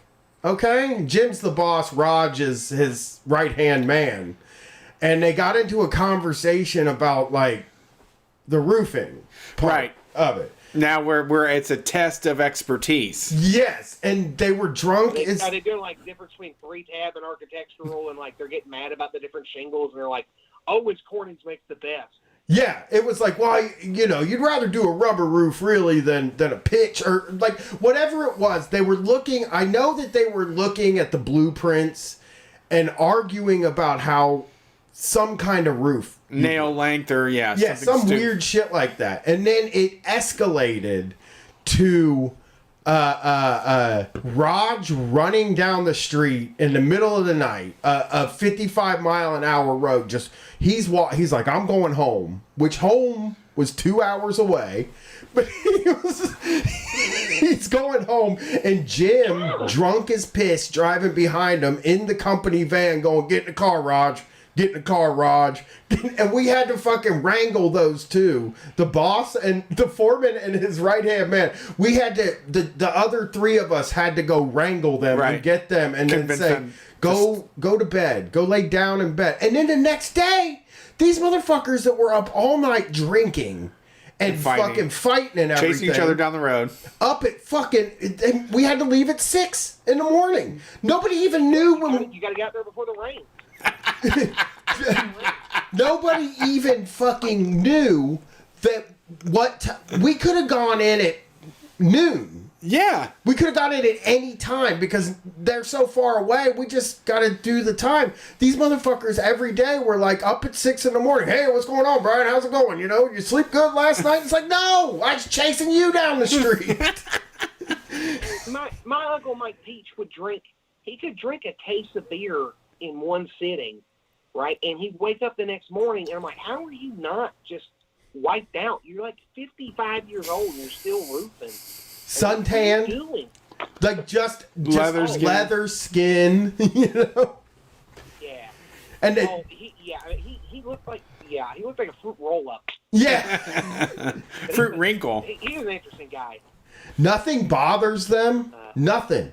None of the heat or the cold. I was doing it in the dead of winter was when I was doing it. And they were like, you think this is bad in the summertime? That problem. Huh? Oh, yeah, that's true. In Florida, you don't have to deal with that. I was doing it when it was 10 degrees. And this guy was just, no interest in going. Going in late. I didn't notice. Only problem I have today is your fucking mouth. Yeah. It was wild. Did y'all count ULs? How'd you get paid? Did you get paid for the hour or by shingle or by the bundle or? Oh no, we didn't do shingles. We did industrial roofing. So we just got paid by the hour. I made. They got paid by the square. Oh jeez. Wow. The whole family, you get paid by the square. So you gotta count the. I would get paid sometimes. I had my Uncle Guts. He buy these cookies. He shared the bedroom with me, right? But he'd get cookies on Fridays, as long as I had made sure he got the ULs, which is the Underwriters Laboratory sticker on the bundles of shingles. There's only one per pack, so that's how they count the shingles. The Mexicans do the same thing. Well, you get paid by square. It's 3 square. 3 bundles to a square, and or unless you're using 4-tab and piecework. Yeah, I hate piecework. I hate the idea of it. I know you make more, but I like the regular ass money. Well, you only make more if you remember to make sure to get the little plastic piece off of the packaging. That's and if you don't have the pack, and then if you lose it, they won't pay you the $8 a square or $12 a square. They won't pay you for that bundle. And it's. Yeah, every job I've had, the people before me that came in before me have said that when they did piecework, they got paid a lot more, and hourly ruins everything. So that was the same at the cable company. You can make a lot. Like my cousin Paulie could lay. He could lay 28 squares in a day, right? And that's basically a roof. He could basically do a roof by himself. If someone else was tearing it off, right? He could put it back down, and he'd make $1,000. Oh, see, maybe I'll go back into roofing then. Maybe that's what I'll do. But at the same time, no benefits. If it rains, you don't get paid. It doesn't, like in Florida, man, it can rain. You just can't get it done. Yeah. You can't take the roof off when it's raining. You got to referee fights too. You do that's referee. Not included in the pay. Oh, I had to referee so many fights about nail guns. Oh my God. It's so funny how mad they get. How mad those guys I worked with got. Like it would just be hopping mad. They were like Yosemite Sam. It would be 1 minute everybody's, having a good time. The next minute, somebody's pouting over in the corner and yelling just mean stuff to another guy. It's constant insult. Yeah. Constant insult. I just remember so many times being on the roof and Raj, Jim's lead, would just be sitting down, cross-legged, with his arms crossed, just going like, I'm going to fucking quit. I'm quitting. And then Jim having to be like, come on, Raj, I was just fucking around. Don't quit. We're a great team. You got something here, man. God damn it. Gay so many times. Yeah. A lot of that, but there was a lot of, it was really just like, they cut very deep. Yeah. In a way that was like very personal. Oh my God. Yeah. I used to make, I miss, like, one time I guess I had like a stain on my shirt or something, and I was like, I wanted them to lie to me, and like, would you rather not lie? And they started calling me Sweet Little Eyes because I misquoted the song. So for a year and a half, like 6 grown men that I used to have to drive to work before I went to school would just belittle me the whole time. Makes you stronger. It made me a fantastic comedian. I can do any roast battle. Yeah. I've heard literally every insult you can imagine about me. But I'm going to quit monopolizing y'all's time. Wonderful to talk to y'all boys again. Thanks, Big Tim. It's good to hear Thanks from a you. million. You're a real gem. Yeah, you're great. We got so much in common. We got to get down and hang out in Florida. I know. We could have been there. Oh man, I'm telling you. It's funny. I talked about you on the podcast. I was scared. I scared y'all talking about Tuttle. No, I'll talk about Tuttle all day. But no, I was trying to push Tuttle coming on your show. But either way, friends. No, you didn't scare me off. For sure. You didn't scare me off. Thanks for calling. Thank God. Thanks for having me, gentlemen. Yeah, call back anytime. That's so funny, the roofing stories. Ooh, somebody in the chat posted something crazy, which I'm going to have to explain to other people.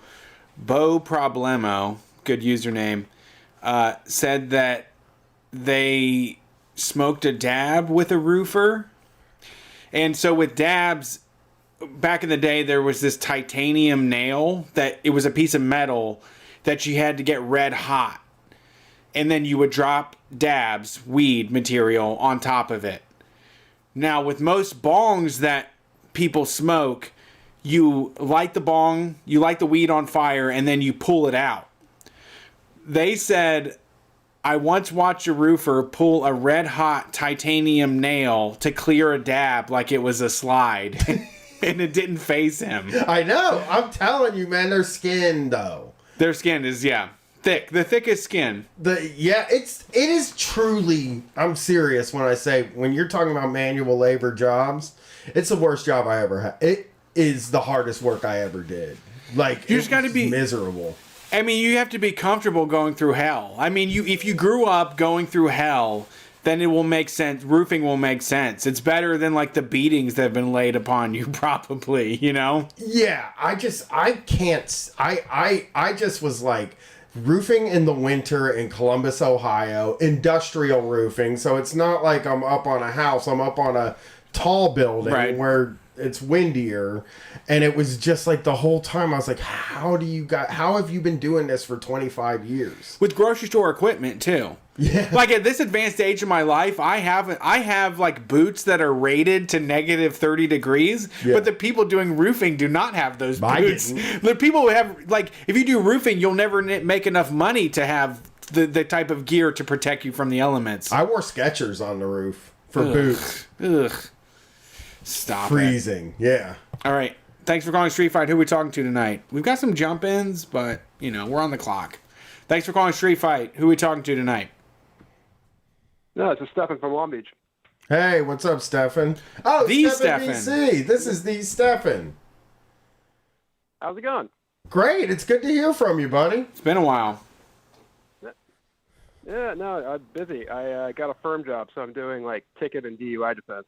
Oh, that's fun. Yeah, that sounds great. That's one of us. You're fighting for us. Yeah, don't drink and drive in Orange County, by the way. It's real bad. I only do it in Columbus, Ohio. Yeah, we only do it in places we know. Good. I mean, really, Street Fight is not a drinking and driving show because I don't drink.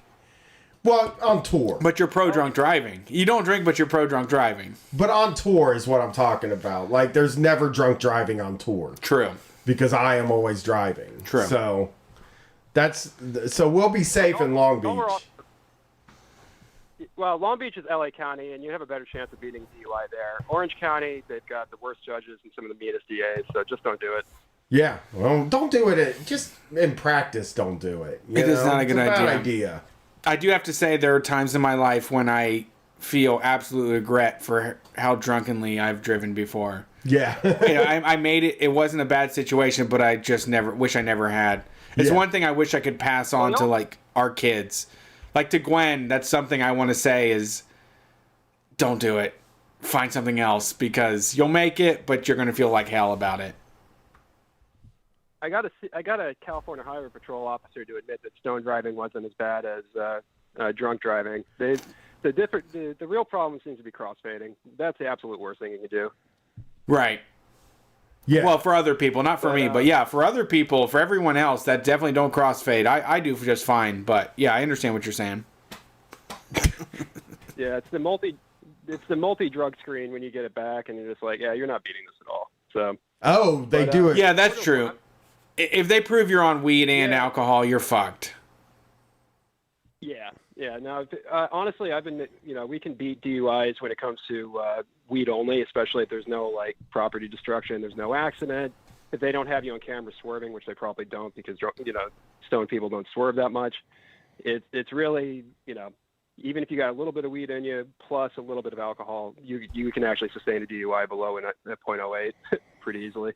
Oh, that's good advice. But yeah, but calling in, heard you guys had a pretty light night, so I won't take up too much time. One, got Weed Trend. If you have not tried it, chamomile blunt. What is it? Well, that's a Brett thing. Chamomile blunt. Chamomile is it? Yeah, it's the wrap itself. So right. Okay, I was gonna people are say. moving away in California for whatever reason in California, it's been impossible for me to find regular tobacco blunt, like unflavored tobacco blunts recently. It's because they're replacing them with all these other herbs that are ostensibly safer. Dude, do you fuck with King's Palm? I did that for a while, but the taste was too nasty. Like, I like the burning part of it, and I think it was. I mean, they're big money. Yeah, they cost way more than other stuff, but the King's Palm, I love. I think they're fantastic. When Wavy was doing the background for the set, we smoked a whole bunch of them, and it's so even and so slow. It was like it was a value added experience to my weed to get that King's Palm. But chamomile I'm into as well. I'll smoke anything. They have you can order them for $2.25 a pack. 5 per pack. Yeah, they eat really easy to roll, and they burn slow, and they don't have a weird taste. So that's my pitch for that. Is it like a backwoods? Is it like loose, or is it crispier? Yeah. Actually, it's like a. Okay, so it's got like, you ever get those naked wraps that come with the little plastic tube in them and everything like that? Yep. They're flexible, so they're not like a regular tobacco blunt where you got to actually like spill out the crappy cigar you're not going to smoke. So they got that little flexibility to it, but they kind of come in like a little strap or a little like a backwoods style like strip. All right, I'm into it. Best of both worlds. Do they make you relax? And then, is it? Oh yeah, no, I've been knocked out like the Sleepy Time Bear for the last 2 nights when I've been smoking them. Okay. I'm not smoking weed right now. They don't sell blunts at the dispensaries here. You're not allowed to smoke. So no pre-rolls, no blunts. No pre-rolls? No pre-rolls, no blunts, because it's illegal to smoke. You're not allowed weed. to smoke. Wait. So they sell the flower, but you can't but not in a pre-roll thing. They're just assuming everybody's going home and vaping it. Baking well, it. on the menu, it does say flower to vape. Well, I got some big news for you, actually, Stefan. Is my dad gave me weed for Christmas. Oh. Aw. This is very nice. Was it in a stocking or like wrapped like fancy packaging and everything? No, it wasn't. I knew exactly what was happening. So we were doing the COVID get together, and so we set up a Christmas tree in the garage. And Charlotte runs away, and my wife isn't in the garage. And he peeks around the corner, and he starts to pull something out of his pocket, and he goes, "Hey, you want some of this?" And I could tell by the way he was acting, and I just started shaking my head yes as fast as possible. I was like, "Yeah, oh yeah, I know what you're doing. Yeah." And so he gave me an Ohio eighth of weed, which is pathetic. It's 2.8 grams. It's 1/10. Because Ohio is horrible. But I plan to roll the whole 2.8 into one blunt and share it with Katie, Brian's wife. So maybe we'll get chamomile for this. Yeah, she would fucking love chamomile. She would be like, yeah, my wife is very experimental with weed. Like a lot more than me. So she, because I'm not experimental at all. I eat the same thing every single night. Same exact weed every night. 10-1 strawberry gummies. Yeah, the edible price here has just collapsed. I don't think anybody's getting them these days. Everybody's either going for the cartridges or for the flower. But really? Actually, I have one last thing, and then I was gonna let you guys take other calls. Okay. I have a debate among some other street fighters whether or not granola is inherently a dessert. I eat it as a treat, and I call desserts treats. And I do eat granola as a treat. So it's not inherently a dessert. It's not only a dessert, but it is a dessert. It can be. Yeah, there's no way to get around it. Oats are healthy for you. You can cover them in like brown sugar and molasses and candied walnuts and all of that. But it's the same way that like yogurt is essentially ice cream. Like it's cow's milk with sugar and fat. It's like if you have yogurt and granola for breakfast, you're having like a sundae. Calorically. Like it's not the same kind of like mental feeling, but it's all the same ingredients. I don't think we should demonize oats ever. In America, eating healthy or eating the right things is already not popular. So I don't think it's a dessert at all. No.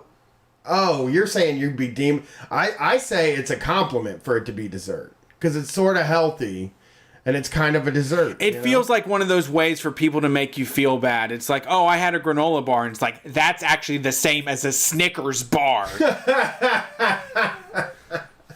I think Stefan probably I've only been shamed for it. I've only been shamed for liking oats with honey on them. I love granola. Granola is better than ice cream. It's better than a cookie. Granola is an acceptable breakfast. It's not a dessert. It's also an acceptable dessert.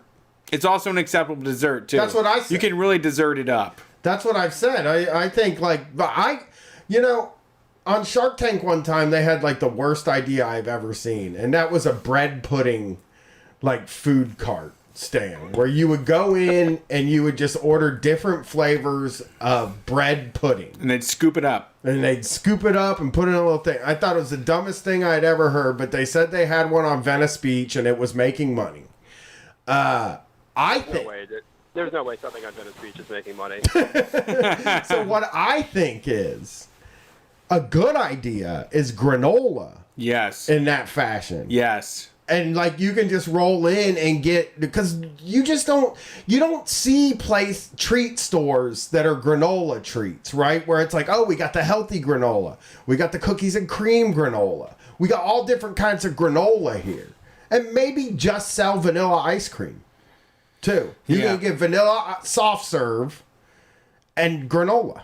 Here, Stefan, I want to also say, because my daughter is a couple years older than yours, but she is also getting away with it, where now we have chocolate granola at our house.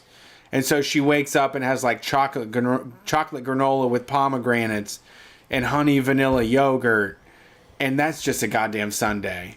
Yogurt is not the same as ice cream. Wait. How did you get your kid into tasting these like complex things? Because mine, when she was a like tiny baby and didn't have any agency over it, was fine eating it. But now we're getting to the age now where it's like, if I don't serve her she turned down homemade macaroni and cheese the other night versus the box kind.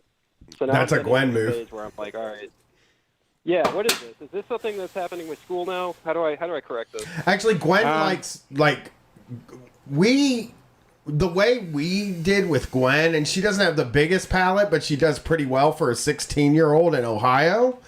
I think we didn't eat fast food until she was like 13, so she had never even tried Taco Bell until she was a teenager, and now she likes it, but she doesn't see it as inevitable. You know what I mean? So she has had all different kinds of Mexican food. She's had all different kinds of Italian food, and she's just had all different kinds of food, and she doesn't see cheeseburgers as an inevitable thing in your life. Whereas when I was growing up, it was like, when's cheeseburger night this week? Or when I was in my 20s, I would have cheeseburgers every night for a week.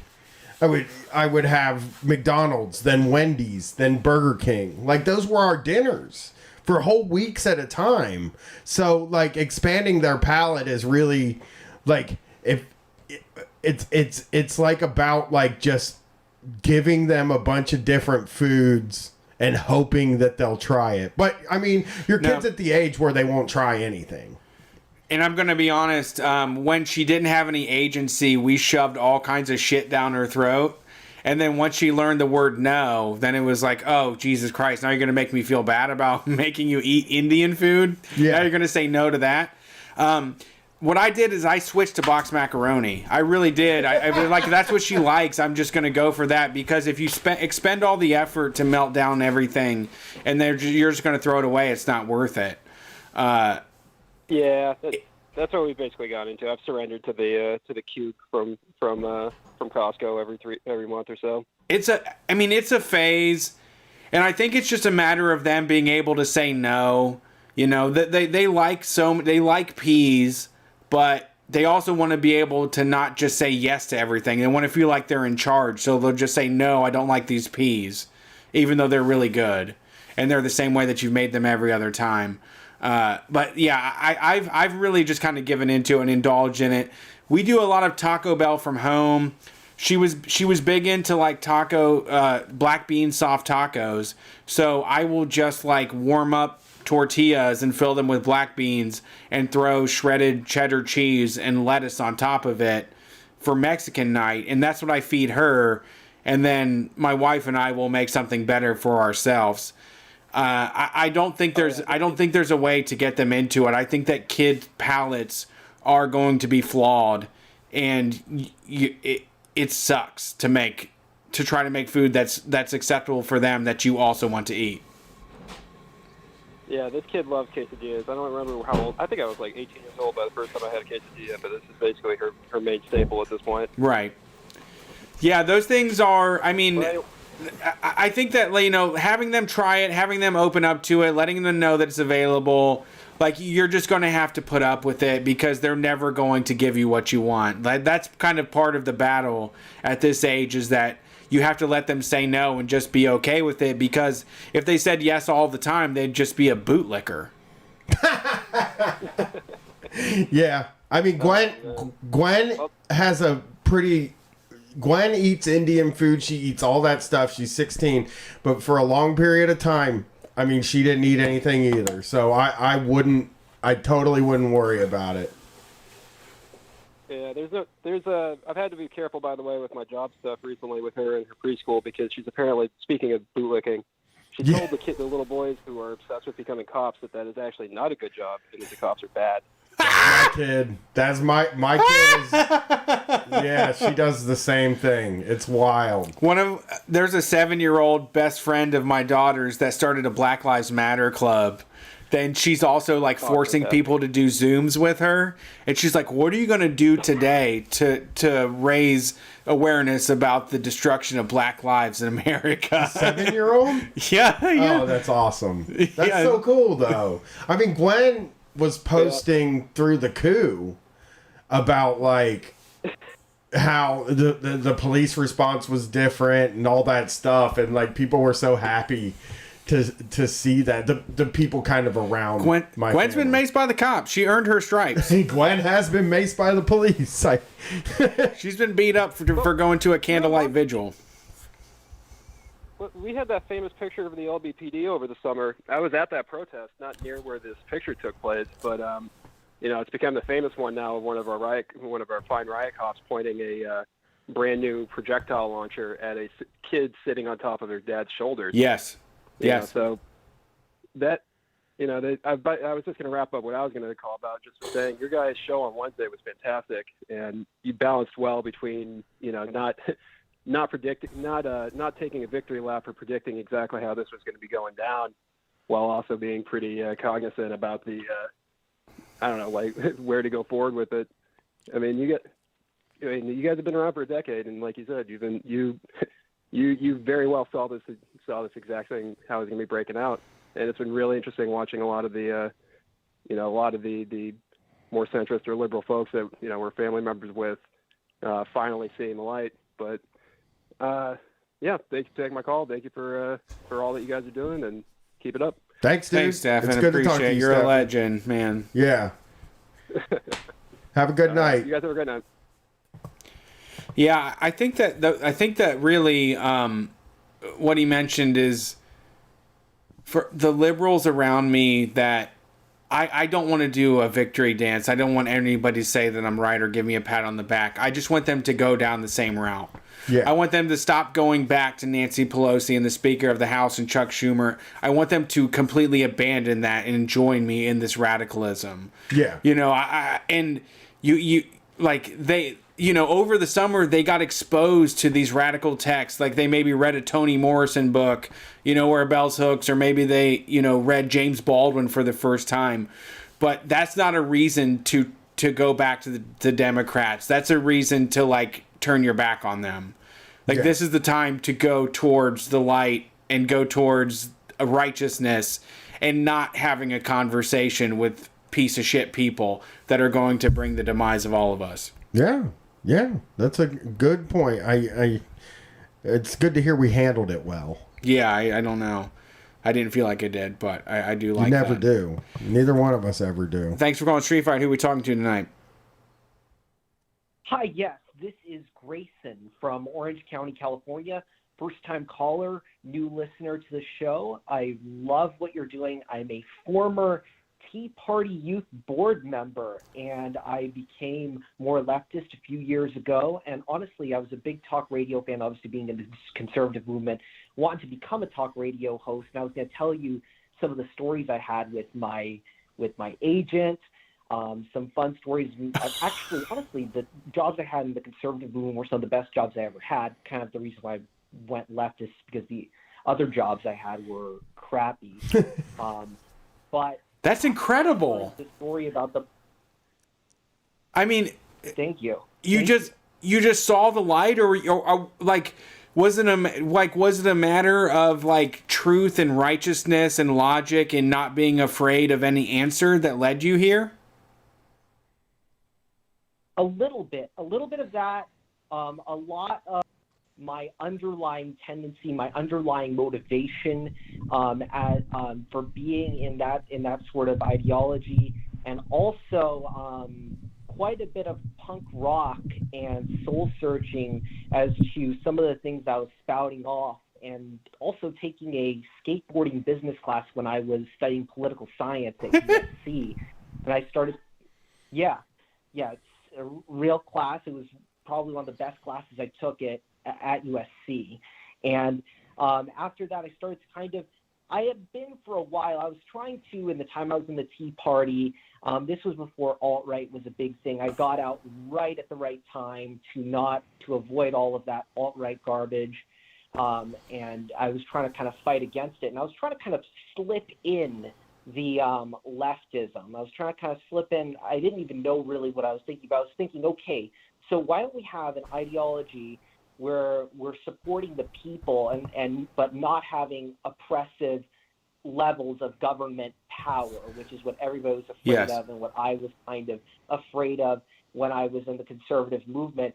And I was writing articles about why a Rage Against the Machine for the Democrats, for conservative publications. And then at some point, I just decided to go deeply. What is it that this stuff actually means? Why are they on the side that they are? And then I wound up figuring out, okay, so you have all these threats to liberty.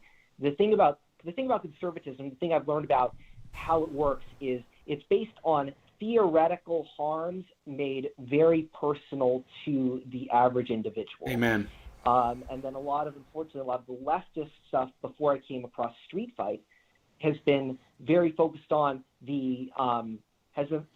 real harms made into very theoretical Ivy Tower forms that are not relatable to the people. But there's a real harm to liberty from bad workplaces, from actual government oppression by way of police brutality, and all these things. These are real threats to liberty. All the other stuff I was dealing with was kind of theoretical. I had some class consciousness, of course, from not doing so well financially, and then that also helped me along the way.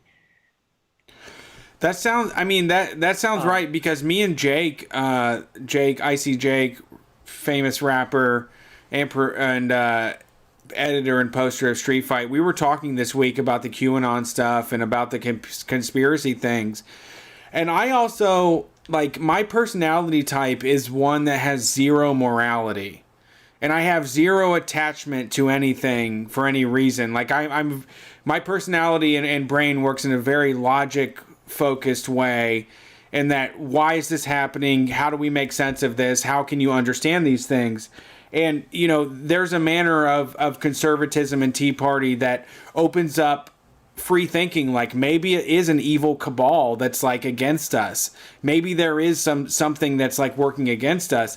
But if you're not willing, or like if you're not willing to be open to the idea that there is an upper class of people that are taking advantage of all the working class people, if you're not willing to do the class analysis, which a lot of, like, that's all that republicanism is. It's like it's not willing to address that some people are getting everything while the rest of us get nothing, because they have an answer to that already. Anybody that has nothing deserves it.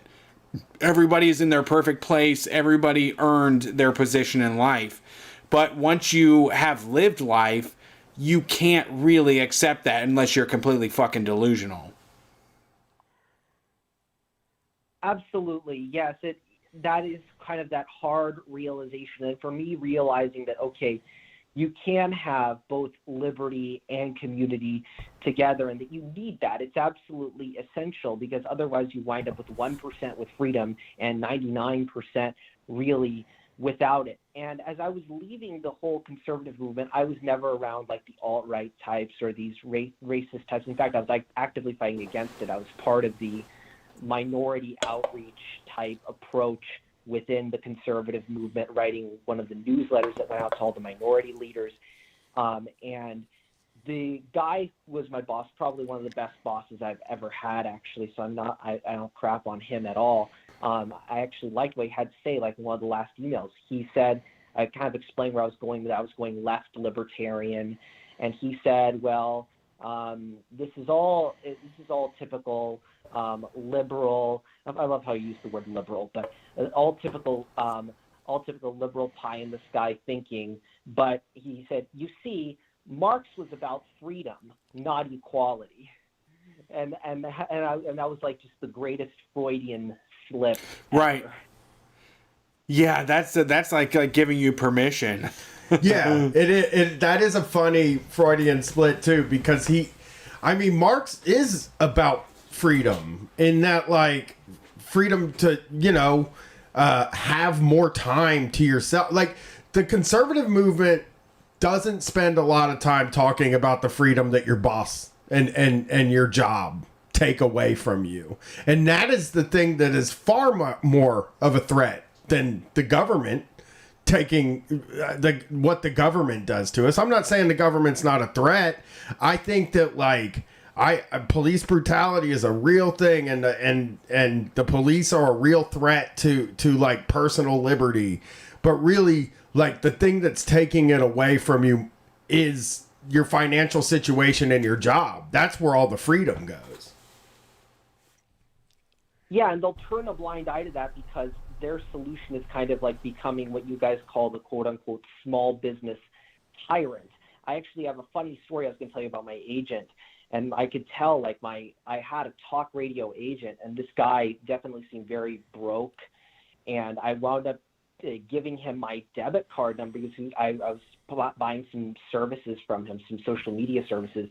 Wound up with a bunch of large charges on my account that weren't there before. I suspect it's probably because whatever vendor he provided my credit card number to had like some sort of overdue balance on his account, and thought that my card was like the card for it. There's a lot of stuff in like the minor leagues of conservative movement that's so inconsistent, where you're financially struggling and you're still believing in it. But it definitely gets it even there were times where I wasn't doing well financially, and I was still believing in what they were saying. But I think that's a major inconsistency that does need to be worked on in some way, and then getting that sort of cohesive community around it the way the conservatives do. Everything felt so like they basically found a way of making you feel welcome, making you belong, and not feel scared or like this is anything too extreme. It was always the other side. Yeah. Yeah. I mean, you know, what you said about building like a cohesive community around these ideas is like the conservative movement seems to have like three tendencies. They have, you know, the Republican, the Trump guy, alt-right thing now, and then they have like the libertarian side of it. And that's like basically their sort of three tendencies, where the left has a million bajillion of them. And we do, I think, have a lot of trouble crafting our message to the people who need to hear it. Because, I mean, what happened at the Capitol, we could definitely like that. I see people bring this up a lot. We could channel that into stuff, but we also would like, it's going to involve a long time of like messaging, I guess. Yeah. Well, and let me ask you, in relation to what happened this week, I think that like our messaging is one that requires compassion and requires camaraderie. Like, we require a level of empathy to be accepted and be a part of our group, where the right wing is just so tangentially related to each other. It's this very big network of people that just feel like the world is bad or is wrong.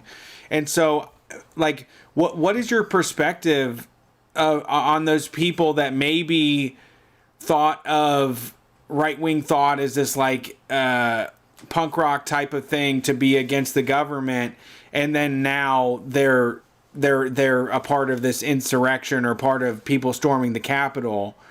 You know, their big tent atmosphere invites this kind of stuff, and they really capitalize off of it. But I don't know. How do you what's your temperature of the situation? Well, I can tell you that I think that a few things apply here. First thing is that hurt people. And there is a way to sort of heal that hurt over time. And I really appreciate they're bringing up the over time part, because a lot of stuff is like electoral mobilization. You put up a tent for the election, take it down.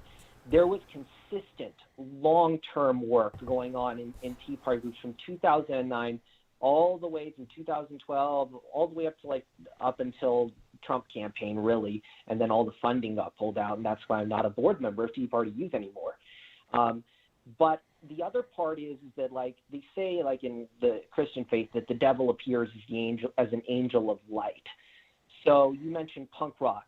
The true punk rock, obviously, is on our side, and then you have the false punk rock. Of course, you have all the divisions within punk, which that's an entire show that I'm not even qualified to speak on.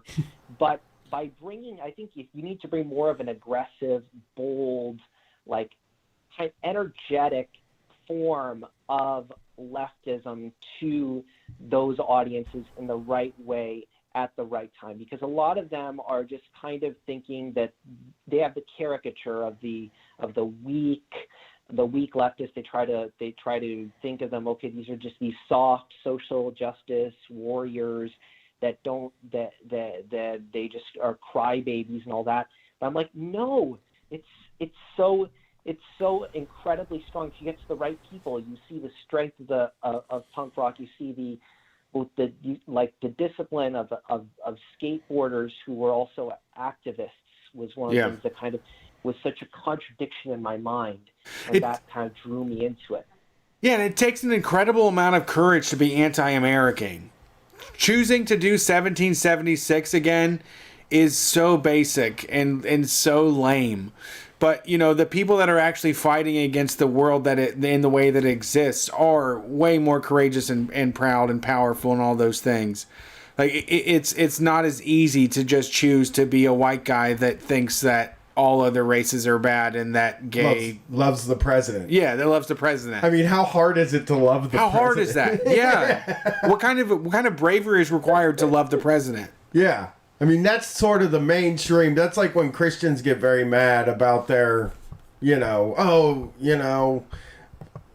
like they're a minority in this country, and it's like, no, you're the majority. There's more Christians than anybody else, so there you go. Well, I appreciate you calling. You got to call back. Yeah. Please. I appreciate, and this perspective is great. And because I'm with you, I feel like I'm on the same path. I felt that there was a reason that I should make the people in power feel bad. I knew that I knew that everything was fucked up, and I had this generalized feeling. And I also had like the moral debauchery to the point where I was willing to accept that America was bad. I think that what we found is that people can't accept that the United States is a bad decision or has done things wrong or that it has to be replaced. If you're not open up to any possible solution, you can only come up with, well, we have to reify American values. Yes. Thank you so much. I really appreciate you taking my call. One last note I'll leave it on is I don't know if you want to go out there and start saying straight up America is bad. But I think there's sort of this development and growth mindset that kind of exists, and maybe make it a sort of like a growth from an individual out to a group, out into society, and that kind of mindset would probably work a little bit better. But of course, if I'm going to come back, I can always talk more with you guys. And I just really appreciate the fact that you took my call, and you have a great rest of your night. Have a good night. You're the shit. I love that. We got one more to go. One more. Last call. Somebody's been trying to jump in, and I've been hanging up on them, and they keep doing it. They got that point. It's 11:55. Thanks for calling Street Fight. Who are we talking to tonight? You're the last call. Hi. Hey, who's this? I think this is... It's you. Hi, yeah. I'm actually really excited that I got on the queue just in time. This is Jay. I'm a member of a trans collective ranch down in southern Colorado. A ranch? I've been kind of watching y'all... Yes. I've been kind of watching y'all, like, kind of a couple of years now. And this is my first time calling, and sorry if I'm a little excited. Do you think now? My pronouns are she, her. Do you think? Thank you. Yeah, thank you. I have a good question for you here. Do you think I would make a really good cowboy? You're on a ranch. Could. So we ranch alpaca. It's not your typical like cowboy experience that you might be thinking of. It's a little different, but you know. I'm just kidding. But they're. I think of myself as a cowboy, and I'm not even close. What's required in breaking alpaca then? Well, you just raise them. Oh, you don't really break them. Honestly, they're pretty self-sufficient. And in fact, like I have to keep if they're out, I need to keep my dog on the leash because they will actually like gang up on predators and intimidate them and maul them to death if they don't fuck off. Like, it's pretty incredible actually. Alpacas seem like sweetie pies. Is alpaca and llama, is that the same? Oh, yeah. One's different, right? Well, they're both camelids. Llamas are a little bigger and scarier. Yeah, I got bit by a llama at the Ohio State Fair one time and cried my eyes out as a kid. But alpacas seem chill. I haven't turned that gang off. They're honestly mostly chill. When you shear them, you have to deal with a lot of screaming and vomit because they really don't like being wrangled like that. But you know.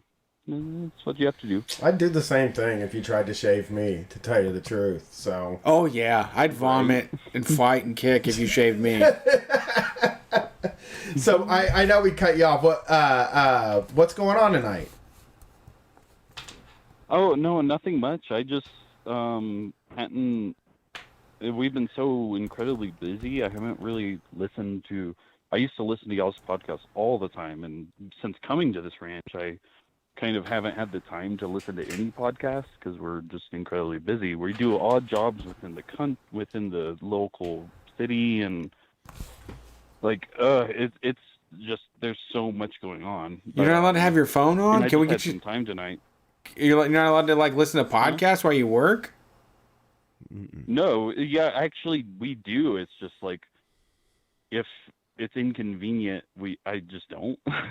Yeah, I understand. Well, how did you get involved? Yeah, I mean, how did you get involved with the ranch? I literally so I realized I was trans, and I was like, for a couple of years there, just kind of continuing to work shitty retail jobs, trying to like figure out where my life was going and stuff. I was starting to realize like climate change is a huge serious deal, and between that and being trans, I realized like, okay, I'm on the left somewhere, blah blah blah. Yeah, those are the people that are speaking up about it. I literally just like posted like as many trans leftist people do, trans commune win on Twitter, and somebody linked me to the GoFundMe that the ranch was having, and I like got super excited because this was like at the start of COVID, and I got furloughed from my retail job and started living with my parents in northern Texas, and they're very, very conservative. Not surprising. And that was not working out because they were trying to get me to go find a like shitty like job. Yeah. And yeah, in the middle of COVID, like at the very beginning, and I was like, no, fuck that. Why would I do that? Anybody can wait tables.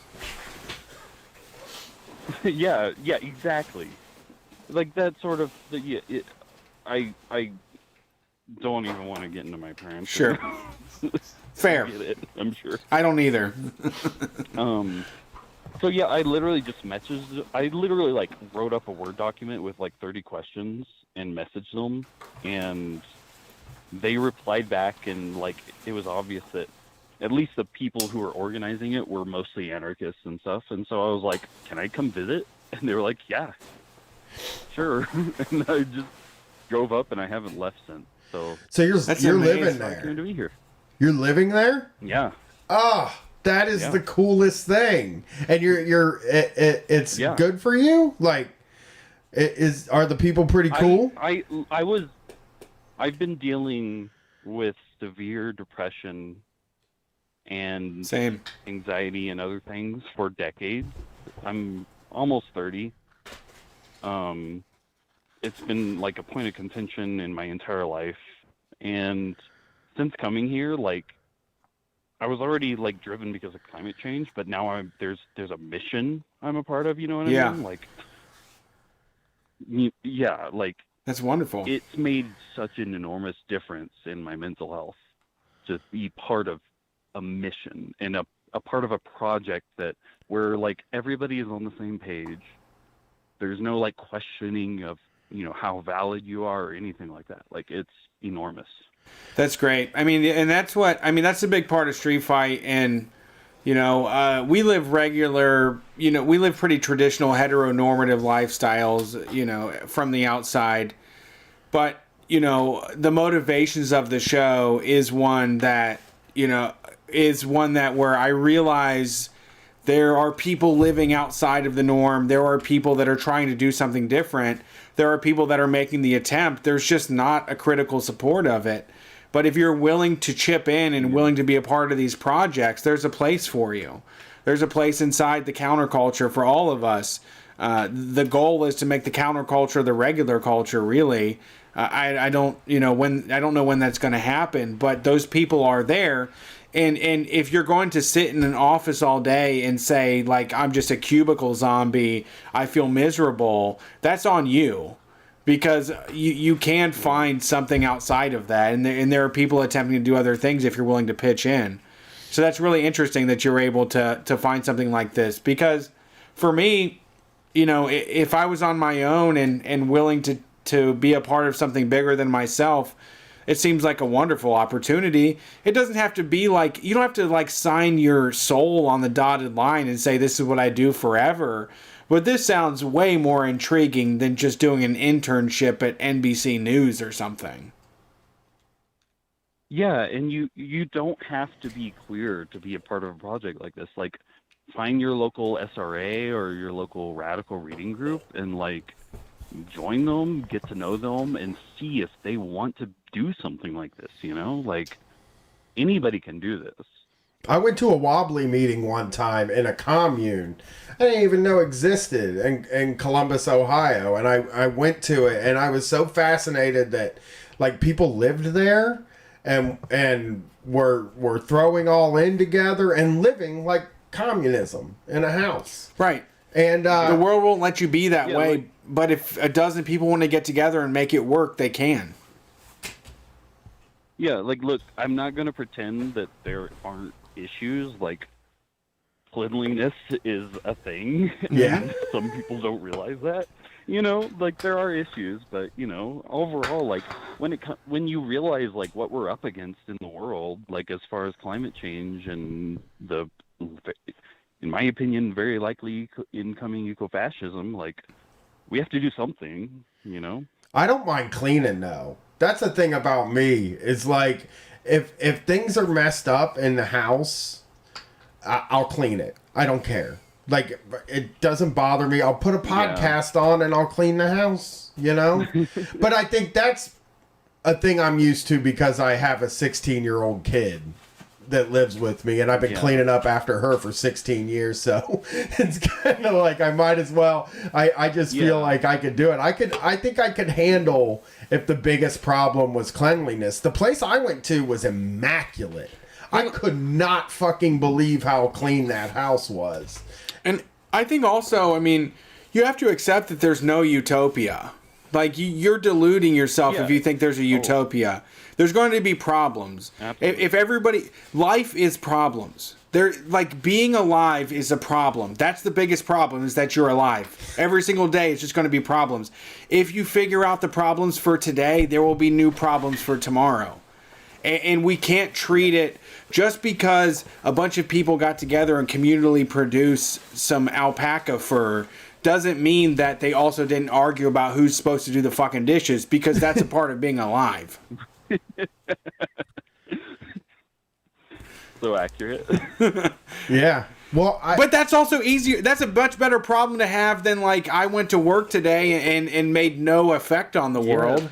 You know, I went to work today and sucked the fucking dick of a guy that was a piece of shit. I went and you know, I went in and venerated the cause of a corporation that I don't want to believe in because I'm afraid of living a counterculture lifestyle. You know, like, you know what it's like to follow your dreams. Most people don't. Most people are living it like an office lifestyle and saying, I wish I shaved my head, I wish I joined a commune, I wish I raised alpacas, and they never will, and they die with regrets. And you've actually followed your heart, which will always, you know, which is the only right thing to do. Really. It'll also lead you to keep doing it. Yeah, I think I mean, it's rewarding. You find that it's rewarding. For me, when I was working for a living and then I quit, one of the big things that happened for me when I went to college and I wasn't working a job was like, oh my God, I don't have to give somebody 8 hours a day 5 times a week. Like, I don't have to do that. I can live.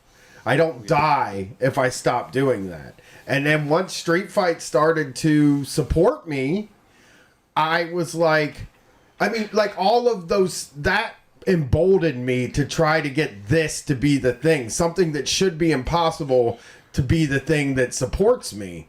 And over time, like, just things things are happening that happen for me because it's like a thing rolling downhill. I guess, like, once you decide you've done your thing, then everything else later is like you just feel like you can figure life out as you go. If when you pull away like this, you know. Yeah. Penny called the 4th of July march in town basically a Nazi march. And all the liberals, like, got in touch with us, and that's part of how we funded our whole thing, because that's how we just got all these odd jobs, and, like, we were actually making pretty good money just doing odd jobs for all these liberals who just appreciated the fact that we were pushing against the right-wing nonsense in the area. Yeah. Like, just putting ourselves out there and like saying, no, fuck this. This is bullshit. Like, got us that shit.